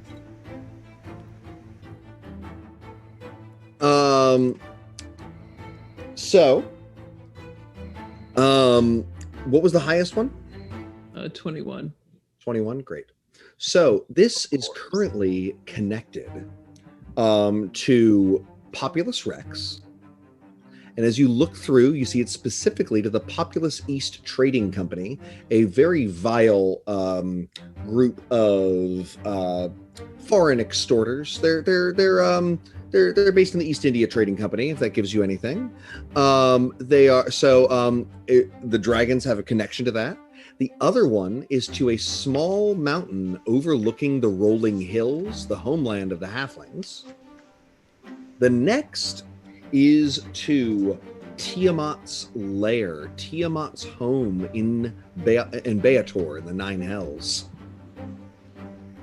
And then the last one is connected to the infinite, the plane of infinite portals in the abyss.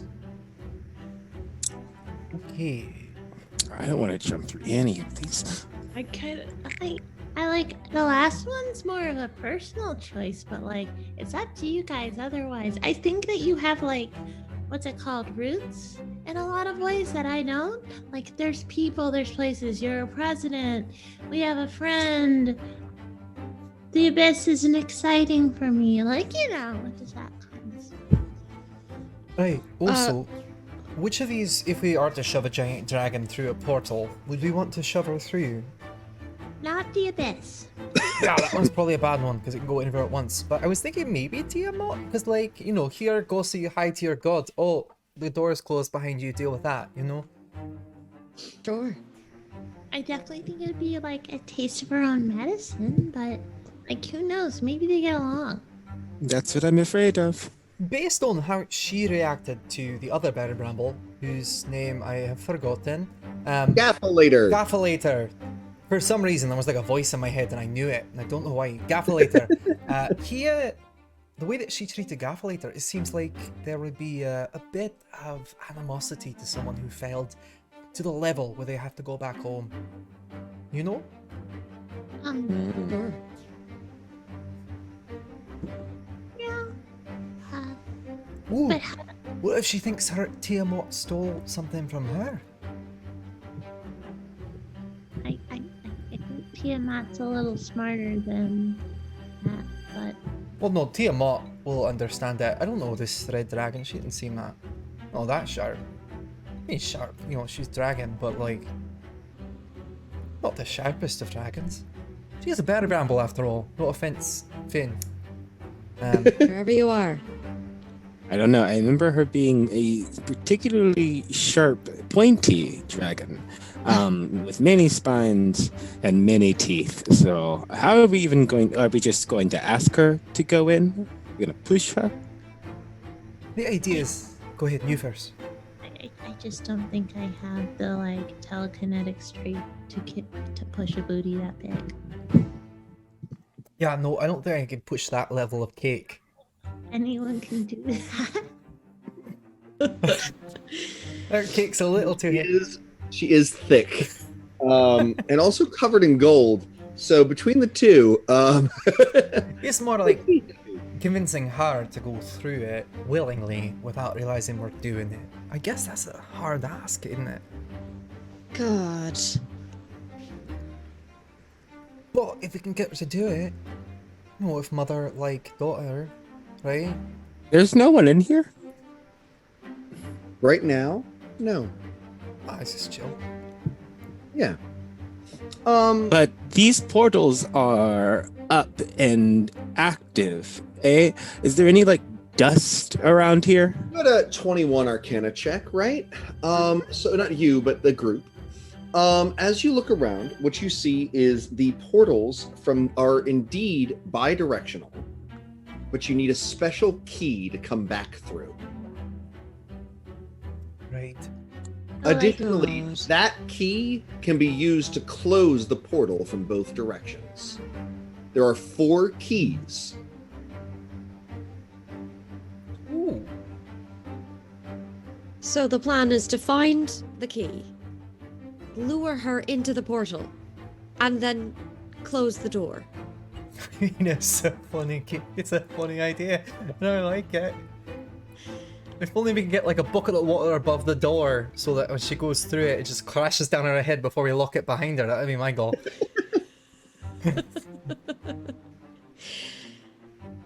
I mean, look, I want to prank a dragon. I think that'd be great.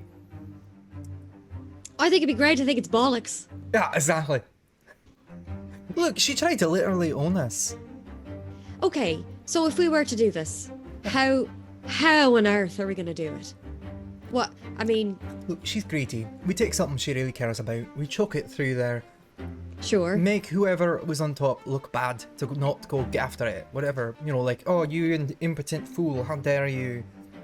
This is the last time you fabbed me, and she, like, burns them, right? Give me that feeling, right? And then I'll do it myself, and then she, like, stomps her way through gold tinkling off her scales through the portal, and then... Still under the fact that dragons are stupid, and like I'm a little concerned. How are we gonna get something good enough for that? Like, what is it to say that she's not going to send one of her minions into one of these planes of hell to go get it for her? Have to be something that she cares about so deeply that she wouldn't want anyone else to touch it, and something like that would only be in her room. Good God. dragons have rooms? Right. Dragons gotta have rooms. Didn't Finn have one of her scales? Well, I don't know, did he? Oh, yes, he did. Wouldn't that... Would that work? On it was written a love letter from Thavabaroff to the Bill Murray. It's a love letter. It's part of her body, and I think it's on Finn's person right now. You don't have to ask Finn for it. We can just nick it from him. It's not exactly very. I've done a great wherewithal. Yeah. I agree. He'll only get in the way, so if we can nick it from him. At this point, a great stomping. Oh shit! Loud noises moving down a great passageway. Scatter. And you see Thavabaroff walking here into the portal room, and perched on her back is Finn. And she says, I am going to take you to your old home and show you what can be made of it, your destiny, your ability to remake the world in our image, your family now, which means you must grab everything or you will be lost. Clank, clank, the gold things. She moves towards this great four-sided gazebo, and you see that she has walks through with Finn the portal. Finn responds, but you can't hear him because he can't speak right now. But he responds quietly. They're talking, they're having a conversation, and she says, "Yes, I'm glad that this circlet of intelligence has let you to see the true depth of your capabilities. No more need to wander around saving people. The world is your oyster, and you shall soon have your own trove." She walks through the portal. Okay. Which portal? To the side. Rolling Hills. But Finn is with her. So, I'm just gonna guess, but I kind of feel like they're just gonna burn down the whole rolling hills and kill everyone Yeah, that seems what's going to happen now. there. Was it a good plan? See that she's right on the other side. They're sitting on this frost-tipped mountaintop, looking down at the glorious Shire-like rolling hills. You can no longer hear not the other side of the portal, but she's gesturing. There's definitely a Mufasa and Simba looking at all the light touches vibe, right? And Finn is uncharacteristically, like, intelligently nodding. You see that he's responding and she's nodding back like he's saying something that's intelligent enough for her to accept. It's a little weird. And it's clear that it's not... Penny's not wrong. They're just planning. Does that make sense? It's not right now. A plan is being made. Right. Now that they're gone, though, this is the best time to search for that key. It sounds like they have the key because they have to get back through from the other side. I thought there were like 4 keys. There are. For each side. Great. You're right. You think she took all the keys with her? Probably not. Let's find the key We can and let's follow- lock him in. Yeah, let's follow the trail of gold that she left behind as she passed through this area, right? Oh, it's easy enough to figure out. You're easily able to make your way back to I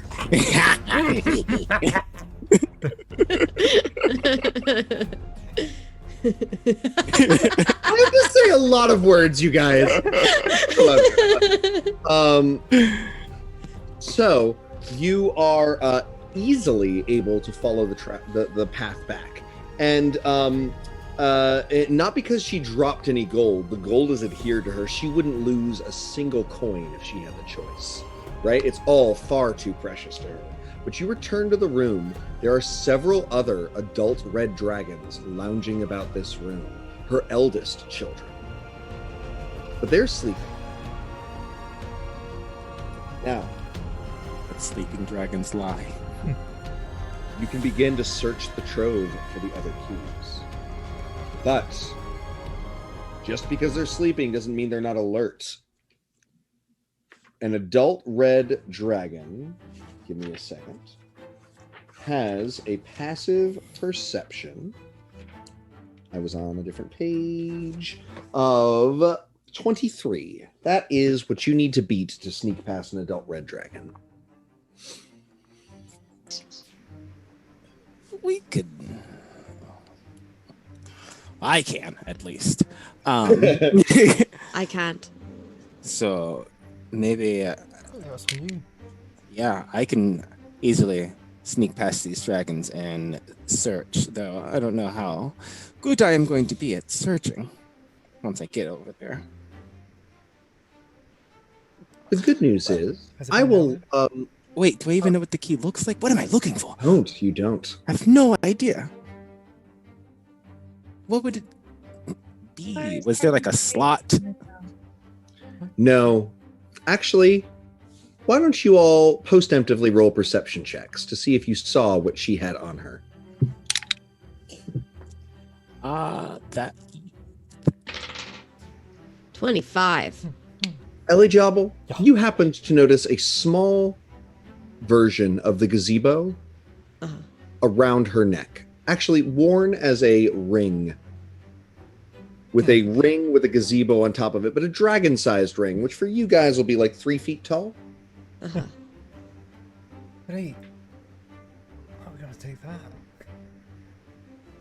Does anyone have this shape-changing spell? Enlarge reduce? Yeah. No. Shit. It's the most useful spell in Dungeons and Dragons. No one fucking has it. Walker? Wait, what spell do you need? Enlarge reduce. Oh, no, of course not. Why would I have that? Yeah. It's always surprisingly useful. Yeah, but it only comes up like. I mean, it's like the difference. You can also like make a dragon real tiny for a minute, and put him in a bottle. No. So and then nail that bottle. Currently have a cat. Sweet, and then I smash it with a. Sorry. all right. So do you want to sneak in there and begin searching, Walker? See what you can find? Yeah, we should at least. Yeah. Make that stealth check. Yeah. Does somebody want to pass without trace first? Yeah. I can cast It's got that. you this time. I can cast that. Yeah. Great. I'm gonna Perfect. cast that. So you were creating a spell that makes people far stealthier. What does that look like? I'm creating a spell that makes people look stealthier. It's Harder to it's a bunch of pigeons that surround the person, And instead of it being like a nuisance, it's a really good thing. Because it's a bunch of pigeons and that makes it stealthier. They're just eating everyone's fries in the space, and everyone's distracted by the pigeons eating their fries. Everyone's distracted by the pigeons, and they don't realize. Bred pigeons and then decided they were a nuisance. It's the meanest thing. Pigeons as existed were bred to carry messages, and then when that was no longer useful, they were like, fuck this animal, it's a pest, kill them. So anyway, so the squab. The pigeons roost on you, and you don't know how, but you do feel stealthier as long as you know the pigeons out. Everyone just looks over and goes like, "Oh, pigeons." That's it. One of the pigeons flaps out, and one of the dragons goes and catches it. But Walker has a 26. Great. You sneak in. There are 3 piles of treasure. 4 piles of treasure, I should say. 4 piles of treasure. You approach the closest one and begin searching it. Now, you can, as you go through, you make your own investigation check. Let's see. That is investigation 11. 11. So, first of all, everything in this room, with very few exceptions, is made of gold. Gold. Exactly. Right? You said 17? I said 11. 11, sorry.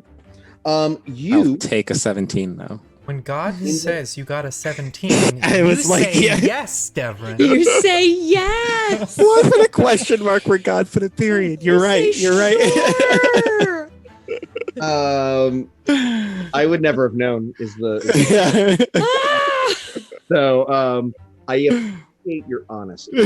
Your inspiration for Walker in Summer to aggressive honesty. All right.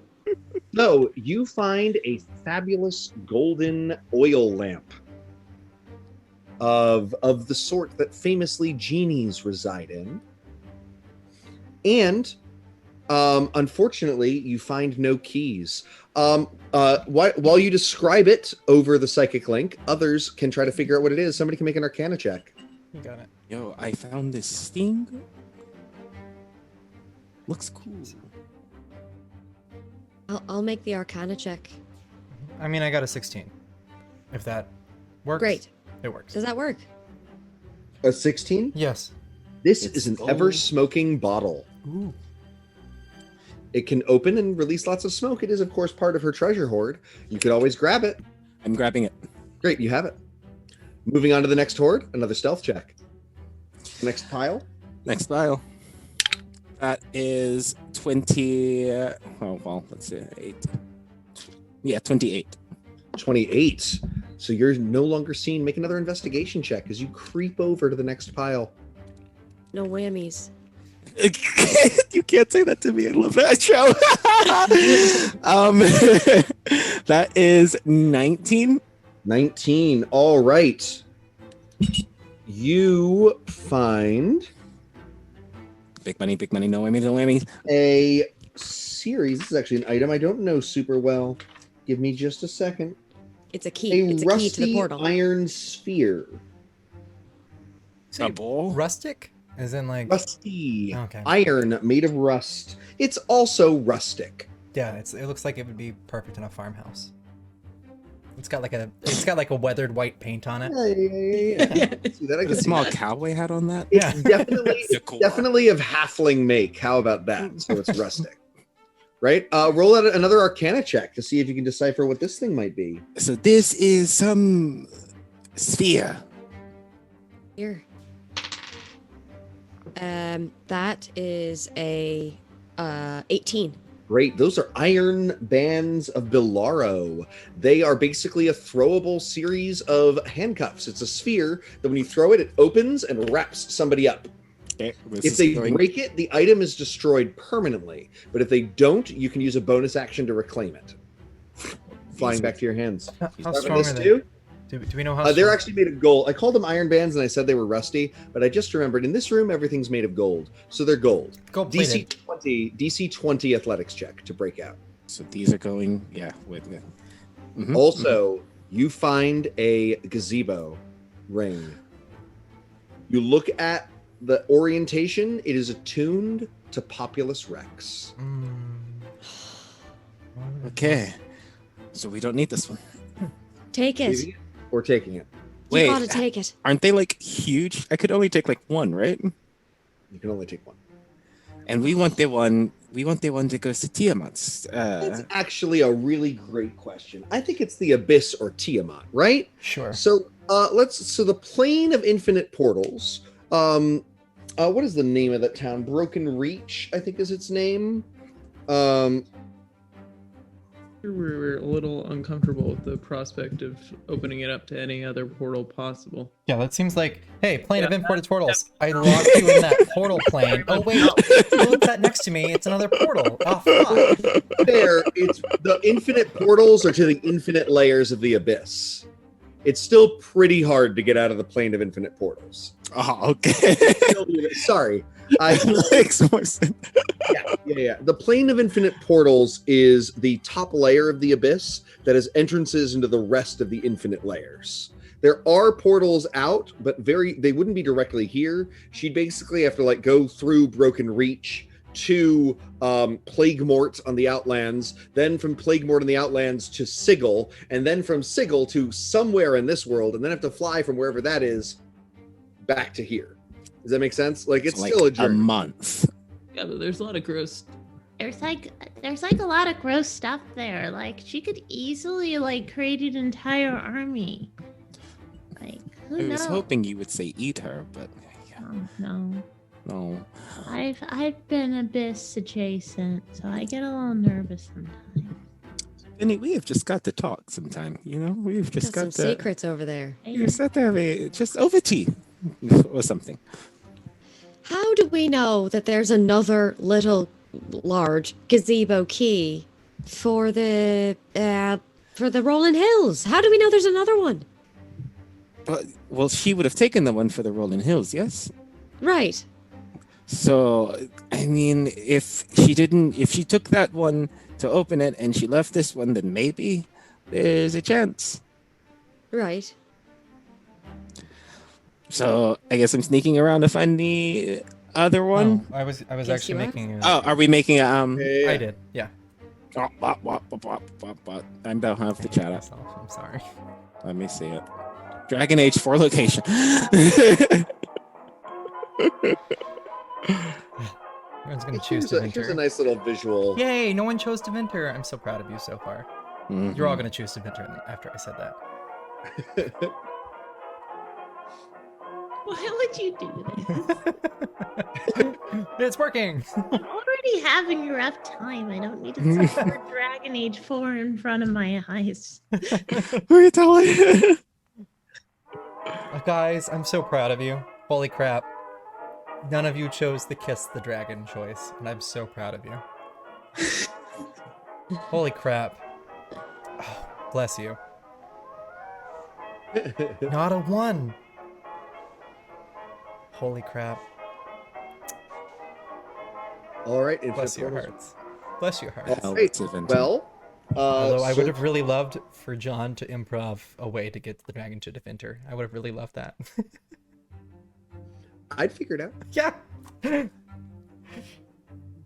don't know if it would be Deventer, but it might be Deventer adjacent. Yeah. Great. So, Goth adjacent.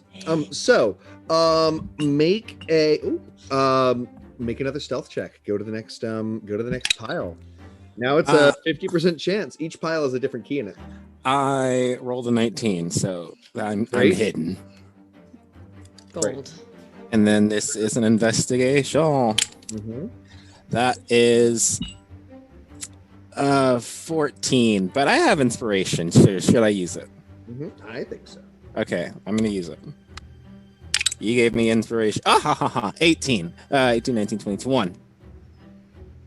21? Mm-hmm. Great. 1. Interesting.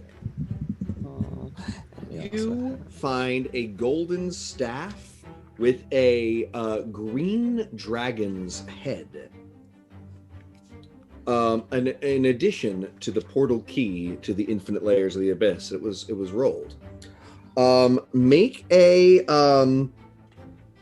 another Arcana check, somebody, to see if you can figure out what this staff is. It's got like green eyes. It's beautiful, honestly. Got a 13, and I'm re-rolling that for. I got it. Well, I rolled 2. Do you want to use mine? What you get? But you can't. I got a 16. What did Penny get? I think got a 19. Nice. That goes. Great. Penny, you recognize it as a staff of charming, a magical item that can force people to like you and listen to you. It casts charm person, command, or comprehend languages, and it can also redirect mind-controlling spells cast at you. So this is going with us as well. I mean, if we're already like removing, like we're already taking our stuff, we might as well take her stuff too. You know. John. Yeah. This is not. I mean, it is me, but it's also a thread my character might follow. Would the younger red dragons also claim this hoard as their own? Are they allowed to do that? My mom wouldn't let me.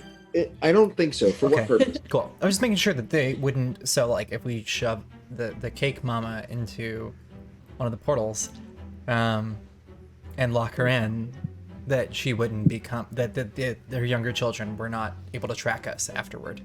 They wouldn't be able to track you. Cool. Yeah, they wouldn't be able to track you. Cool. You can't.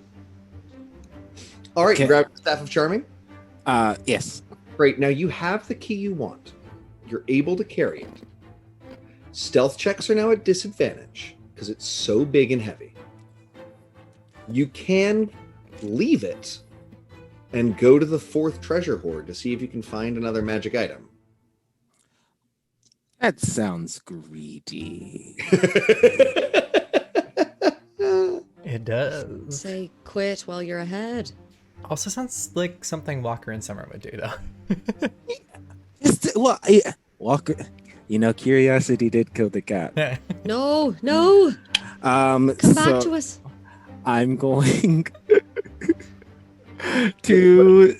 to leave it for now and see what's happening on the other. Stealth check DC 23. Oh, I see. It's raising every time, isn't it? Cool. No. It's the same check. Okay. So The adult red dragons have serious perception. and that is 24. Great.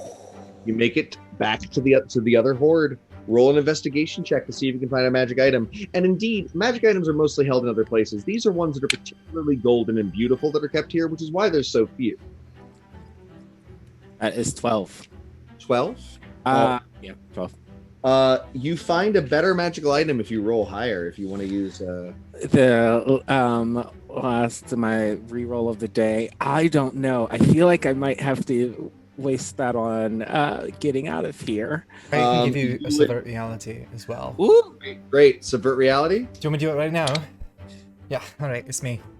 I did it. Great. You think to look in a slightly different part of the hoard. Due to Euclid's intervention, roll another die. Let's see then. That is that's 21. Great. Worth it. It's the Worth highest it. tier of magic items to possibly find. Probably above the roll table. And indeed, you find it catches your eye. A tiny little glowing ion stone. Of what sort? Roll an Arcana check, somebody, as he describes it, to figure it out. It's this. I don't know.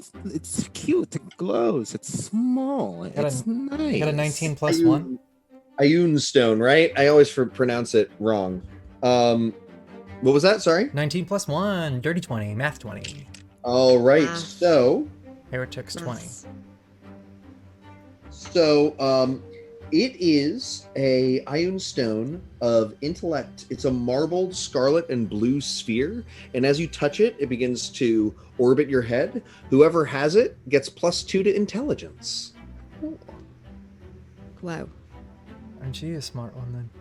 I might as well be. Okay, so I have to go back to the And it has a little gold ring around it because gold. put a ring on it. So you're slipping back over to the other pile. Mm-hmm. As you do so, one of the dragons stretches its big wings and awakens. Your stealth check is at disadvantage. That is let's see, 24.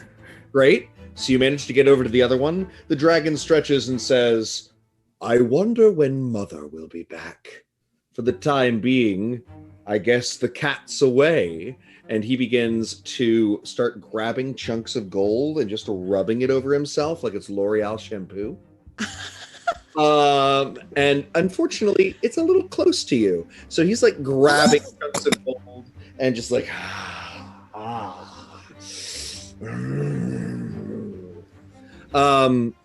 Yeah. Is it next? What's happening? Going to see me? You're gonna grab the key, right? Yeah. Great, you've got the key now, and the dragon is moving slightly closer. He doesn't seem to notice you're there, but he's close. Make another stealth check with disadvantage. And I'm actually going to roll for him, not just use his passive perception. Okay. Your difficulty is 25. That's so grand. Okay, so I got a 31. Thank you. Pass another trace. You make your way back to the edge of the room. The dragon flumps into one of the giant piles and rolls in it before finally setting it all up aright as you sneak out of the room holding the golden portal key. They're right. Satisfaction really does bring this all back. I love it. All right, you've got the super heavy key to the abyss. You can use it from this side to close it or use it to go through and come back. Cool. All right, so now we need a plan to get her in. And in order to do that, we will need the love letter that Finn has on him currently. Or any of the items from this hoard, any of the stuff you have. Now remember, she would know it's one-sided. What you're going to need to do is get her to chase you onto that side, come back, and close it. Yeah. So we're taking a field trip into the abyss, are we? Somebody is. I can do it. Yeah, kitty cat. I'm sorry, you're the one who can sort of slip away from people much easier than I can. It's Not just about stealth, it's also going to be about moving fast, which he's got, but athletics checks could be important for carrying this big heavy thing. Now, It might be Ellie Jobble. Well, I'm strong as hell, but I'm also slow as hell. I don't have a spell for that. I can't. Can I pick up things in the ethereal plane? I couldn't carry anything with me. Pick up ethereal things in the ethereal plane, I see. but you cannot pick up regular things in the ethereal plane. When you say Well, you know what? ethereal, what do you mean? What is the definition of an ethereal thing? Sorry. It would have to be an object that exists in the ethereal Purely plane. ethereal. Cool, thank you. Or there are some items that exist in both. Like there are some like specially enchanted swords that are designed to hit ghosts. Oh, you mean like magic Right. swords? I thought you said it had magic to hit a sword. Hit it. Yeah, there are incorporeal touch things that are extra good against ghosts and stuff like that. You are correct in 5th edition that is not as important because any magical sword can hit a ghost. But back in the day, there were special swords. On a port key, super magical. No, Doesn't okay. exist in Alright. both planes. Just want to make sure. Making sure. Clever, but no, unfortunately. Okay. Well then, yeah. Somebody's gonna have to go through there. Well, And who should it be? listen, I didn't lead yous all here to be stuck with yous, to then trust one of yous to do it right. So I guess I'll do it. Hey, I didn't think that was the way you were gonna go. I thought you were gonna be like, I was gonna risk myself to save you, and I guess that's what you've chosen. I love that you No. put that in the most demeaning way you possibly could have. It's the best. I loved it. I appreciated Um, it. I feel like I'm seen. Well, I'm glad I'm anything if not predictable. not predict. You know what I mean. Yeah. All right. So you wait. And it seems that intelligence. Sorry? I've got these. I should divvy up these magic items. Yeah. Who gets what? I don't cast with intelligence, I cast with charisma. But I could always use it. I'm not dumb. But then here you go, and I'm gonna flick the marble over to you. For you, I think maybe these. If you run in there, and then what do you think is going to be better for you? A smoke bomb or some, what are those things called? The shackles. Shackles. Against a Honestly, dragon? both. Yeah, take them both. Right, all right. What are they called again? Both of them? I will put stuff in the Zoom chat for you. Thank you. Perfect. As for this here rod, do you want it, Penny?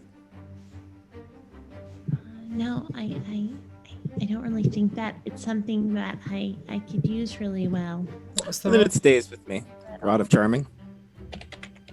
A very charming rod that I kind of want to use as kind of like, a pimp cane, it's just like, I don't know. I'm liking this rod. I can sing with it. I can talk into it. And it looks good with me, eh?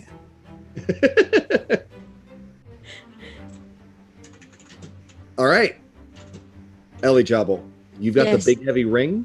You got the ever-smoking bottle. You're preparing. So Thavabaroff comes back through, and she sniffs around. Wait, and finless? Sorry? Finless?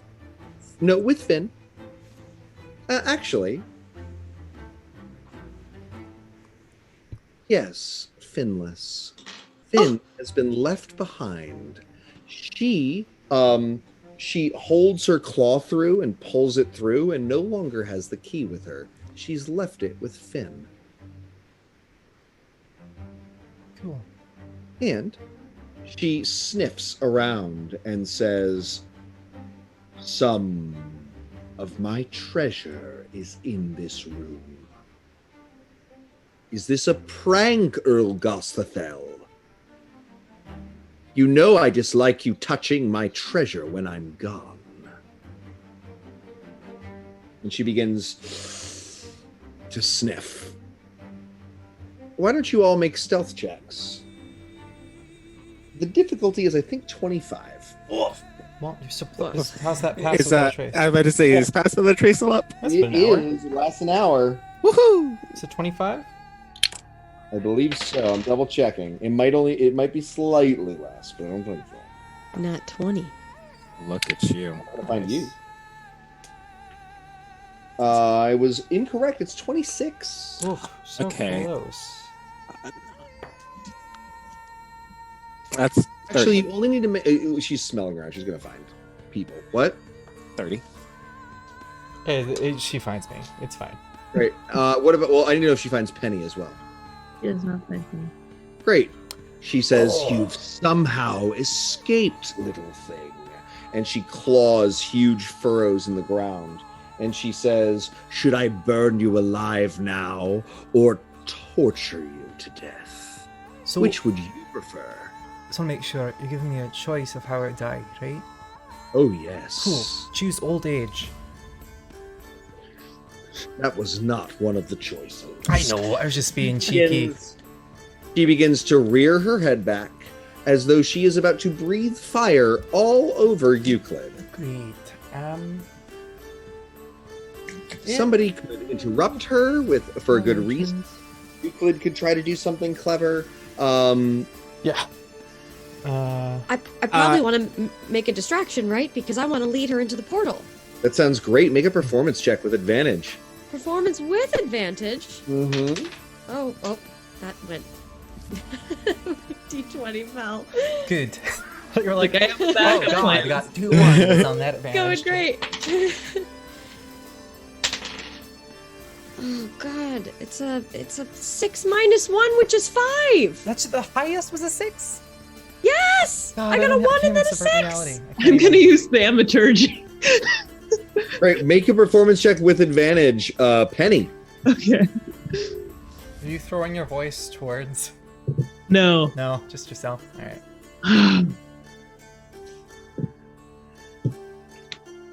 I'm gonna have to use my inspiration.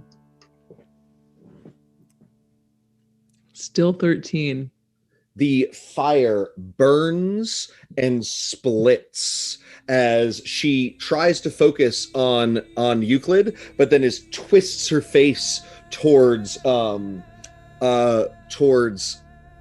Penny. This is going to give you both half damage on this DC 24 dexterity saving throw. Cool. Fuck. Well. Nope. Oh well. That was So- that was a Got a dex 17. saving throw, right? Dex save, right? Got a I don't even 17. want to say what that was. Not a bad roll. Sorry? It was a 6. Great. You both take 45 fire damage. It would have been 91, except for the distraction. 1 hit point.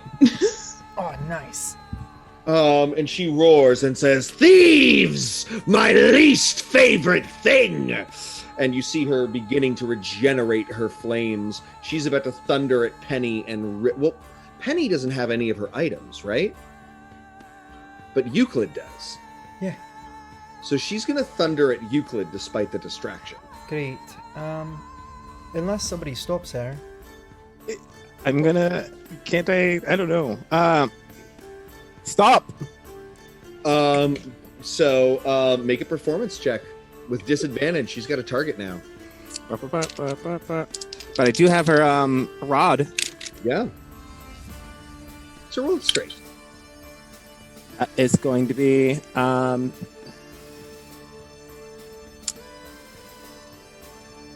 19. 19. All right. So she's going to turn towards you, Walker, and she's running at you. She is not getting her breath weapon back. Incidentally, she has 546 hit points. Oh, yeah. So this is not a fight. This is a stay alive as best you can. So Right? I'm going to run straight in front of the portal. Great. You're going to run straight in front of the portal. Mhm. She's going to rush at you, moving incredibly fast, 80-foot fly speed. Yes, who can blink? I was like, can I blink out of the way? You already used that today. You haven't rested.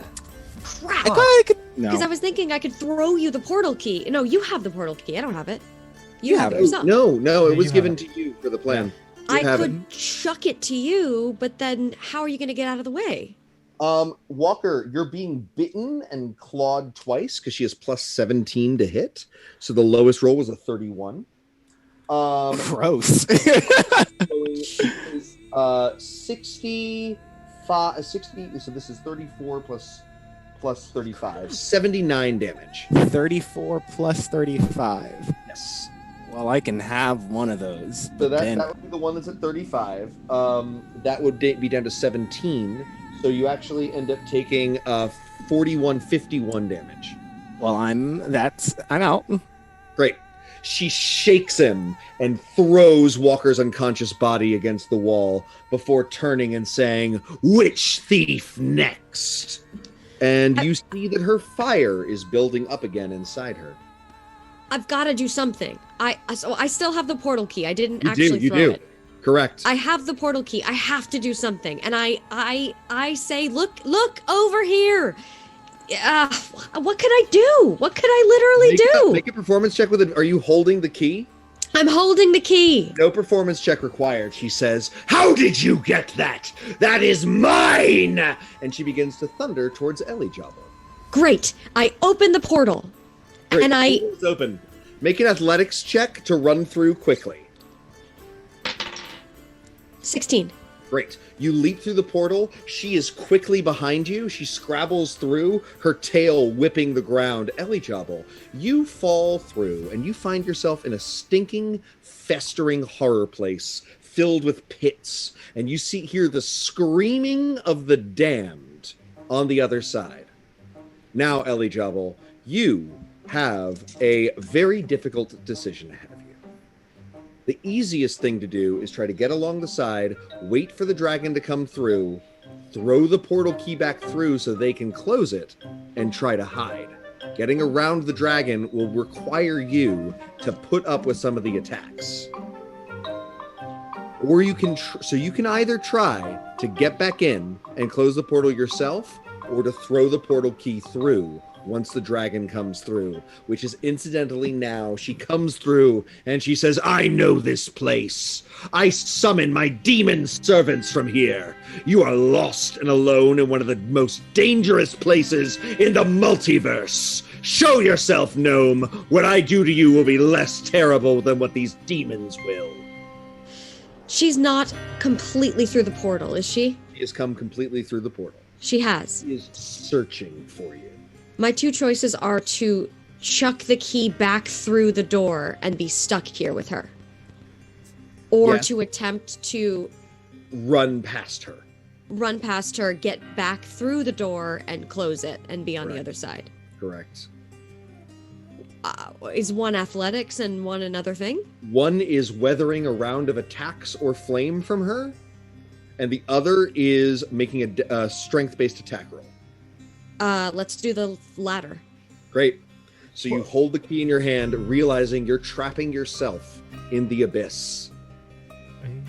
You take the great key. You hold it like a football and throw it towards the open portal. Roll a strength-based attack roll.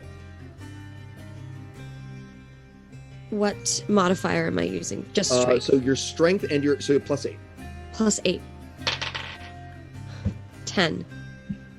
Just barely does the key cross over the threshold and clang right on the other side. The great dragon's head whips back, giving you a chance to make a stealth check with advantage.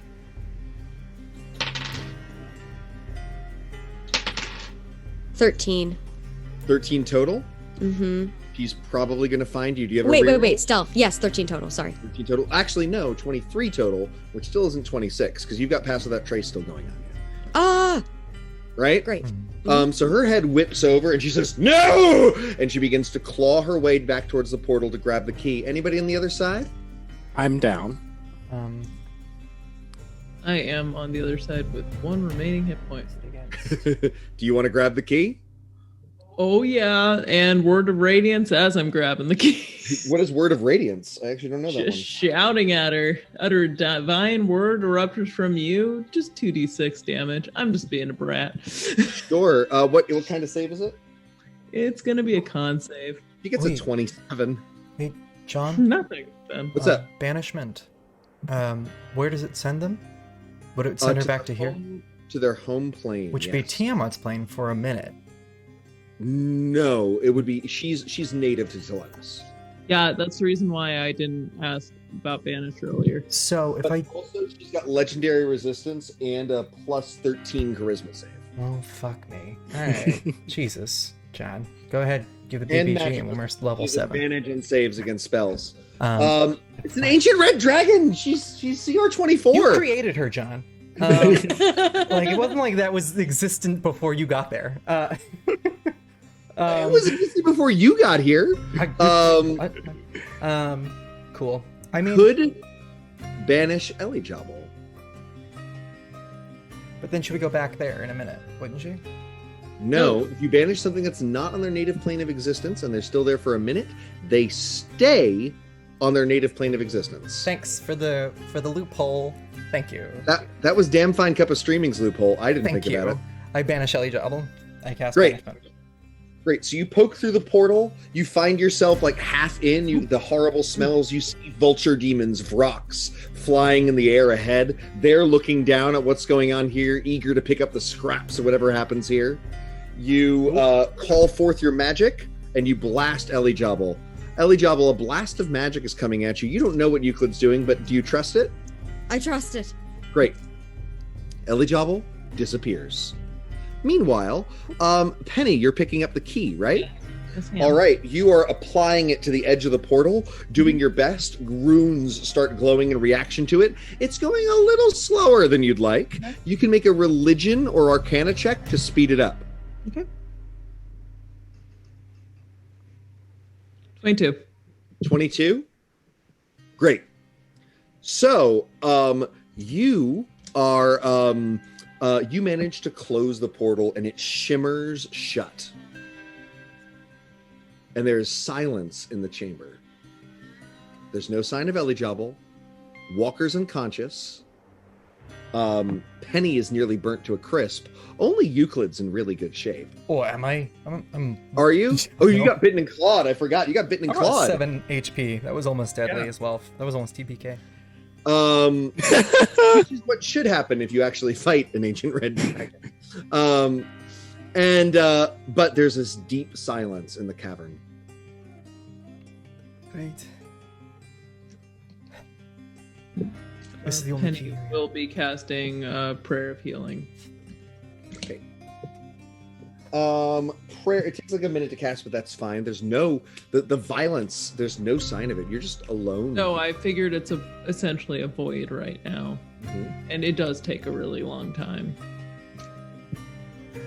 So, but it's okay. You're able to heal. The real question is, do you go through the portal without a way back to the rolling hills to track down Finn? Or do you leave this place and go back to Galabras?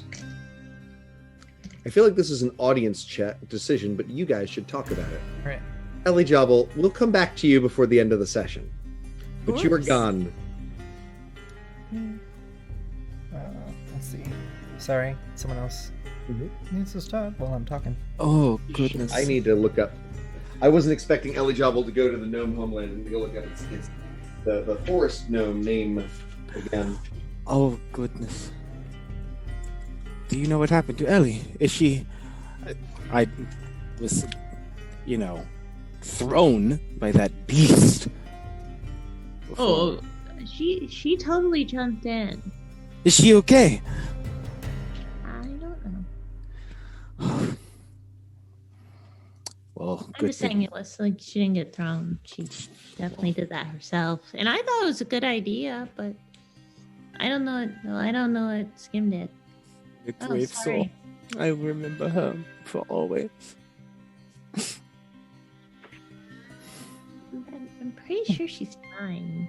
Oh, who knows? Who knows? Very small. I just banished her to where she's from. She'll be back here. Well, she'll stay there as long as she just stays there for a while. Oh, she's fine. So I cried for nothing. After a minute, so she should be sent to where she was born. Yeah. Isn't Finnegan's Rainbow like a really weird, now racist musical that was progressive at its time? Is it racist? I have no idea. I just remember it was on Broadway for when I was in Which one? high school. Isn't it like, yeah, but isn't Baldwin. it? Let me see if this is the one I'm thinking of. It may be. The hits like something in Glockamora, whatever the heck. Song.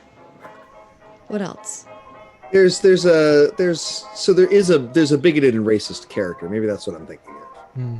Ah. The senator. How Are Things in Alright. Glockamora is the great I Want song. Finnegan's Rainbow.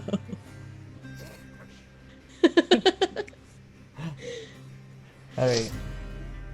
We've decided we're after Finn. Right. They have a leprechaun, and there's a bigoted senator, and they wish for him to be black so he knows how he feels like it. And the second act is the senator who has been bigoted and racist living life as a black man and realizing how terrible it is. That's Finnegan's Rainbow. It was very progressive in the 50s or something when it came out. No, I could see how. 1947. It was very progressive in 1947 and deeply problematic now.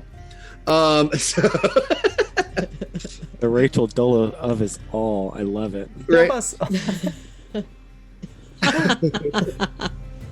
So anyway, sorry, Broadway history. Yeah, there was a 2009 revival. I remember at the time being like, "Are we doing this musical?" At the time, I just knew that a friend of mine was in it. That's all. Right. It's fine. I still don't even know the show at all. It's just fine. congrats. Great. Anyway, so you guys are going to be heading to Finn's home. Elijabble, you awaken in Burrow Dwell. the forest gnome homeland, not far from the Sylvan realm, which is where the wood elves are from. Well, I'm a rock gnome. Would I be from there? You're rock gnome? Yes. So, sorry. In that case, you're in All right. Glitterhome. Cool. Glitterhome is near Porta Illume, the fabulous French city that this group has actually been to before. You're in a giant mountain alongside it, and you hear chanting in the streets. It seems after a long time away, the beloved elder has returned with a new arsenal of magical celestial weapons for the people of the town to defend themselves against the depravities of this world. Ellie,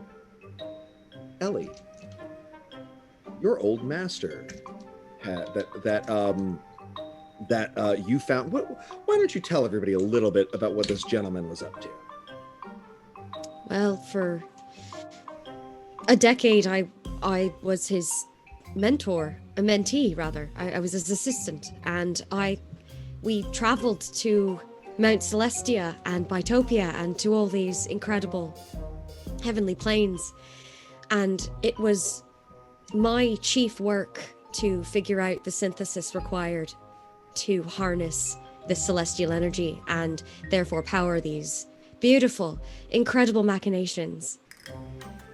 Only for me to then realize that one night my mentor was communing with Erdlin, the gnomish god of death and war, to basically create a pact. In exchange for endless knowledge and power, he would weaponize these celestial weapons, and it's been my vow for 3 years to put a stop to him, to find him and to put a stop to it. He has returned, and you were exiled from this place due to speaking against the elder. Right. So you have been returned to your home, where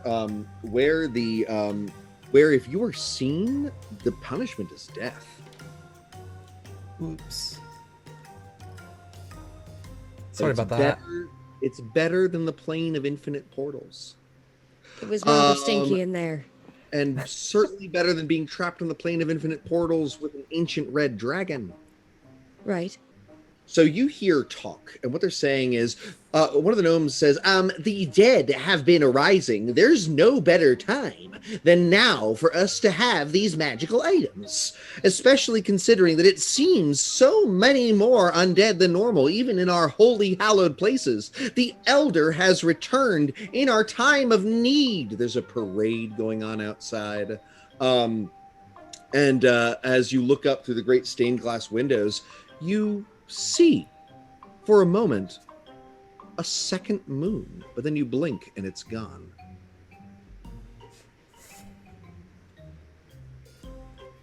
Do you want to confront the elder, or do you want to try to sneak away from this place? Oh, God. Well, I have to confront him, but I didn't think it'd happen now.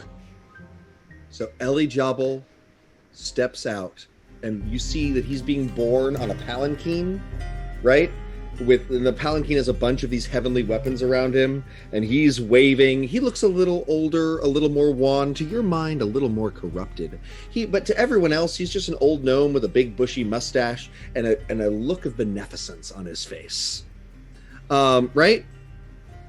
And he's waving. Do you want to interrupt this parade in his honor? Yes. What do you say?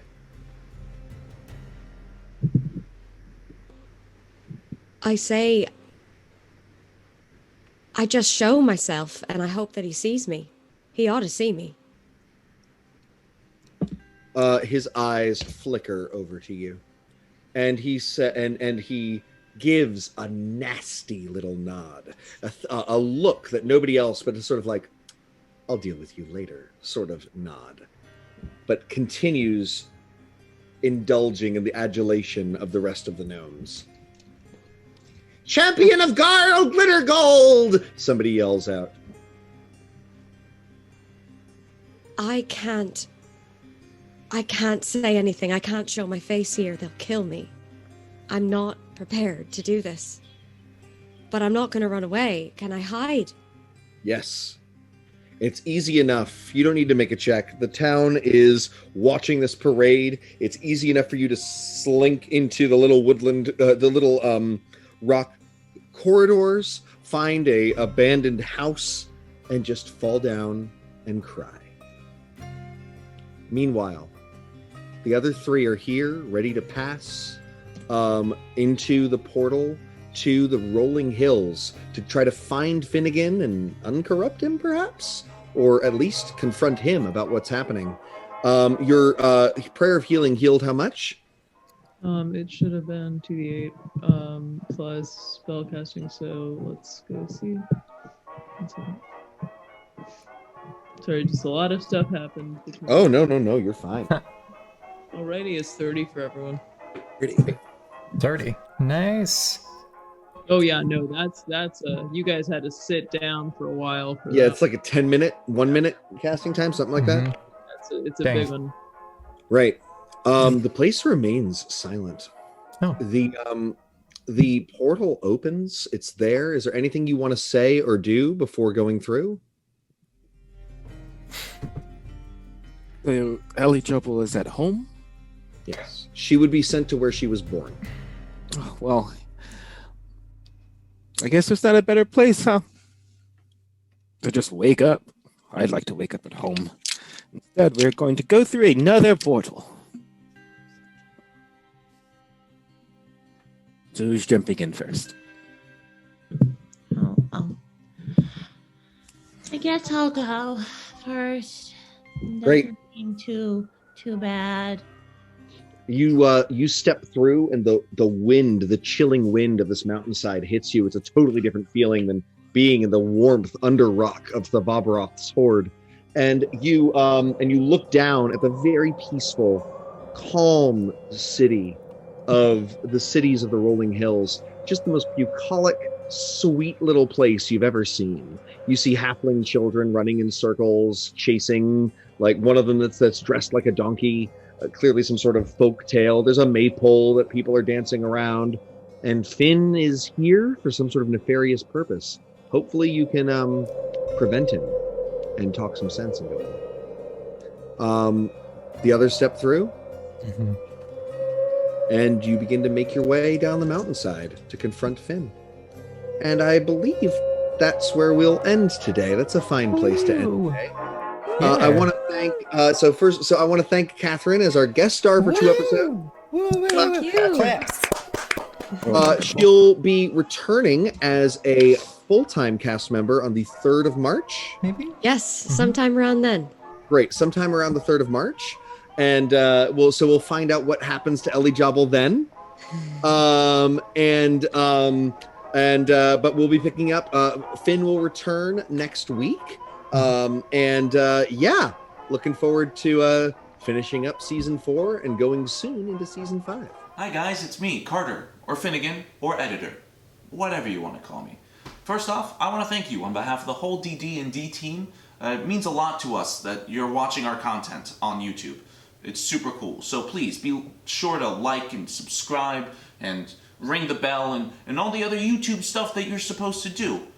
Second off, I do want to say, if you enjoyed this episode and you found yourself being like, oh man, that was cool, but I sure wish I could have been a part of that conversation and helped decide where the party should go, you can watch us for free on Twitch every Wednesday night, 7 p.m. Pacific, 10 p.m. Eastern Time. We are simultaneously on the twitch.tv/dicedrinksanddrama channel and the twitch.tv/DND channel. Wizards of the Coast is hosting us. It's awesome. So those links are down below, along with a whole bunch of other cool stuff that everyone on the team is making. Vic's got a module. Devren's got a podcast. I may have something eventually, and I'll put it down here, along with our Patreon. It's super cool. There's a couple tiers, lots of exclusive content, and yeah. That's it. Thanks for watching. Bye-bye.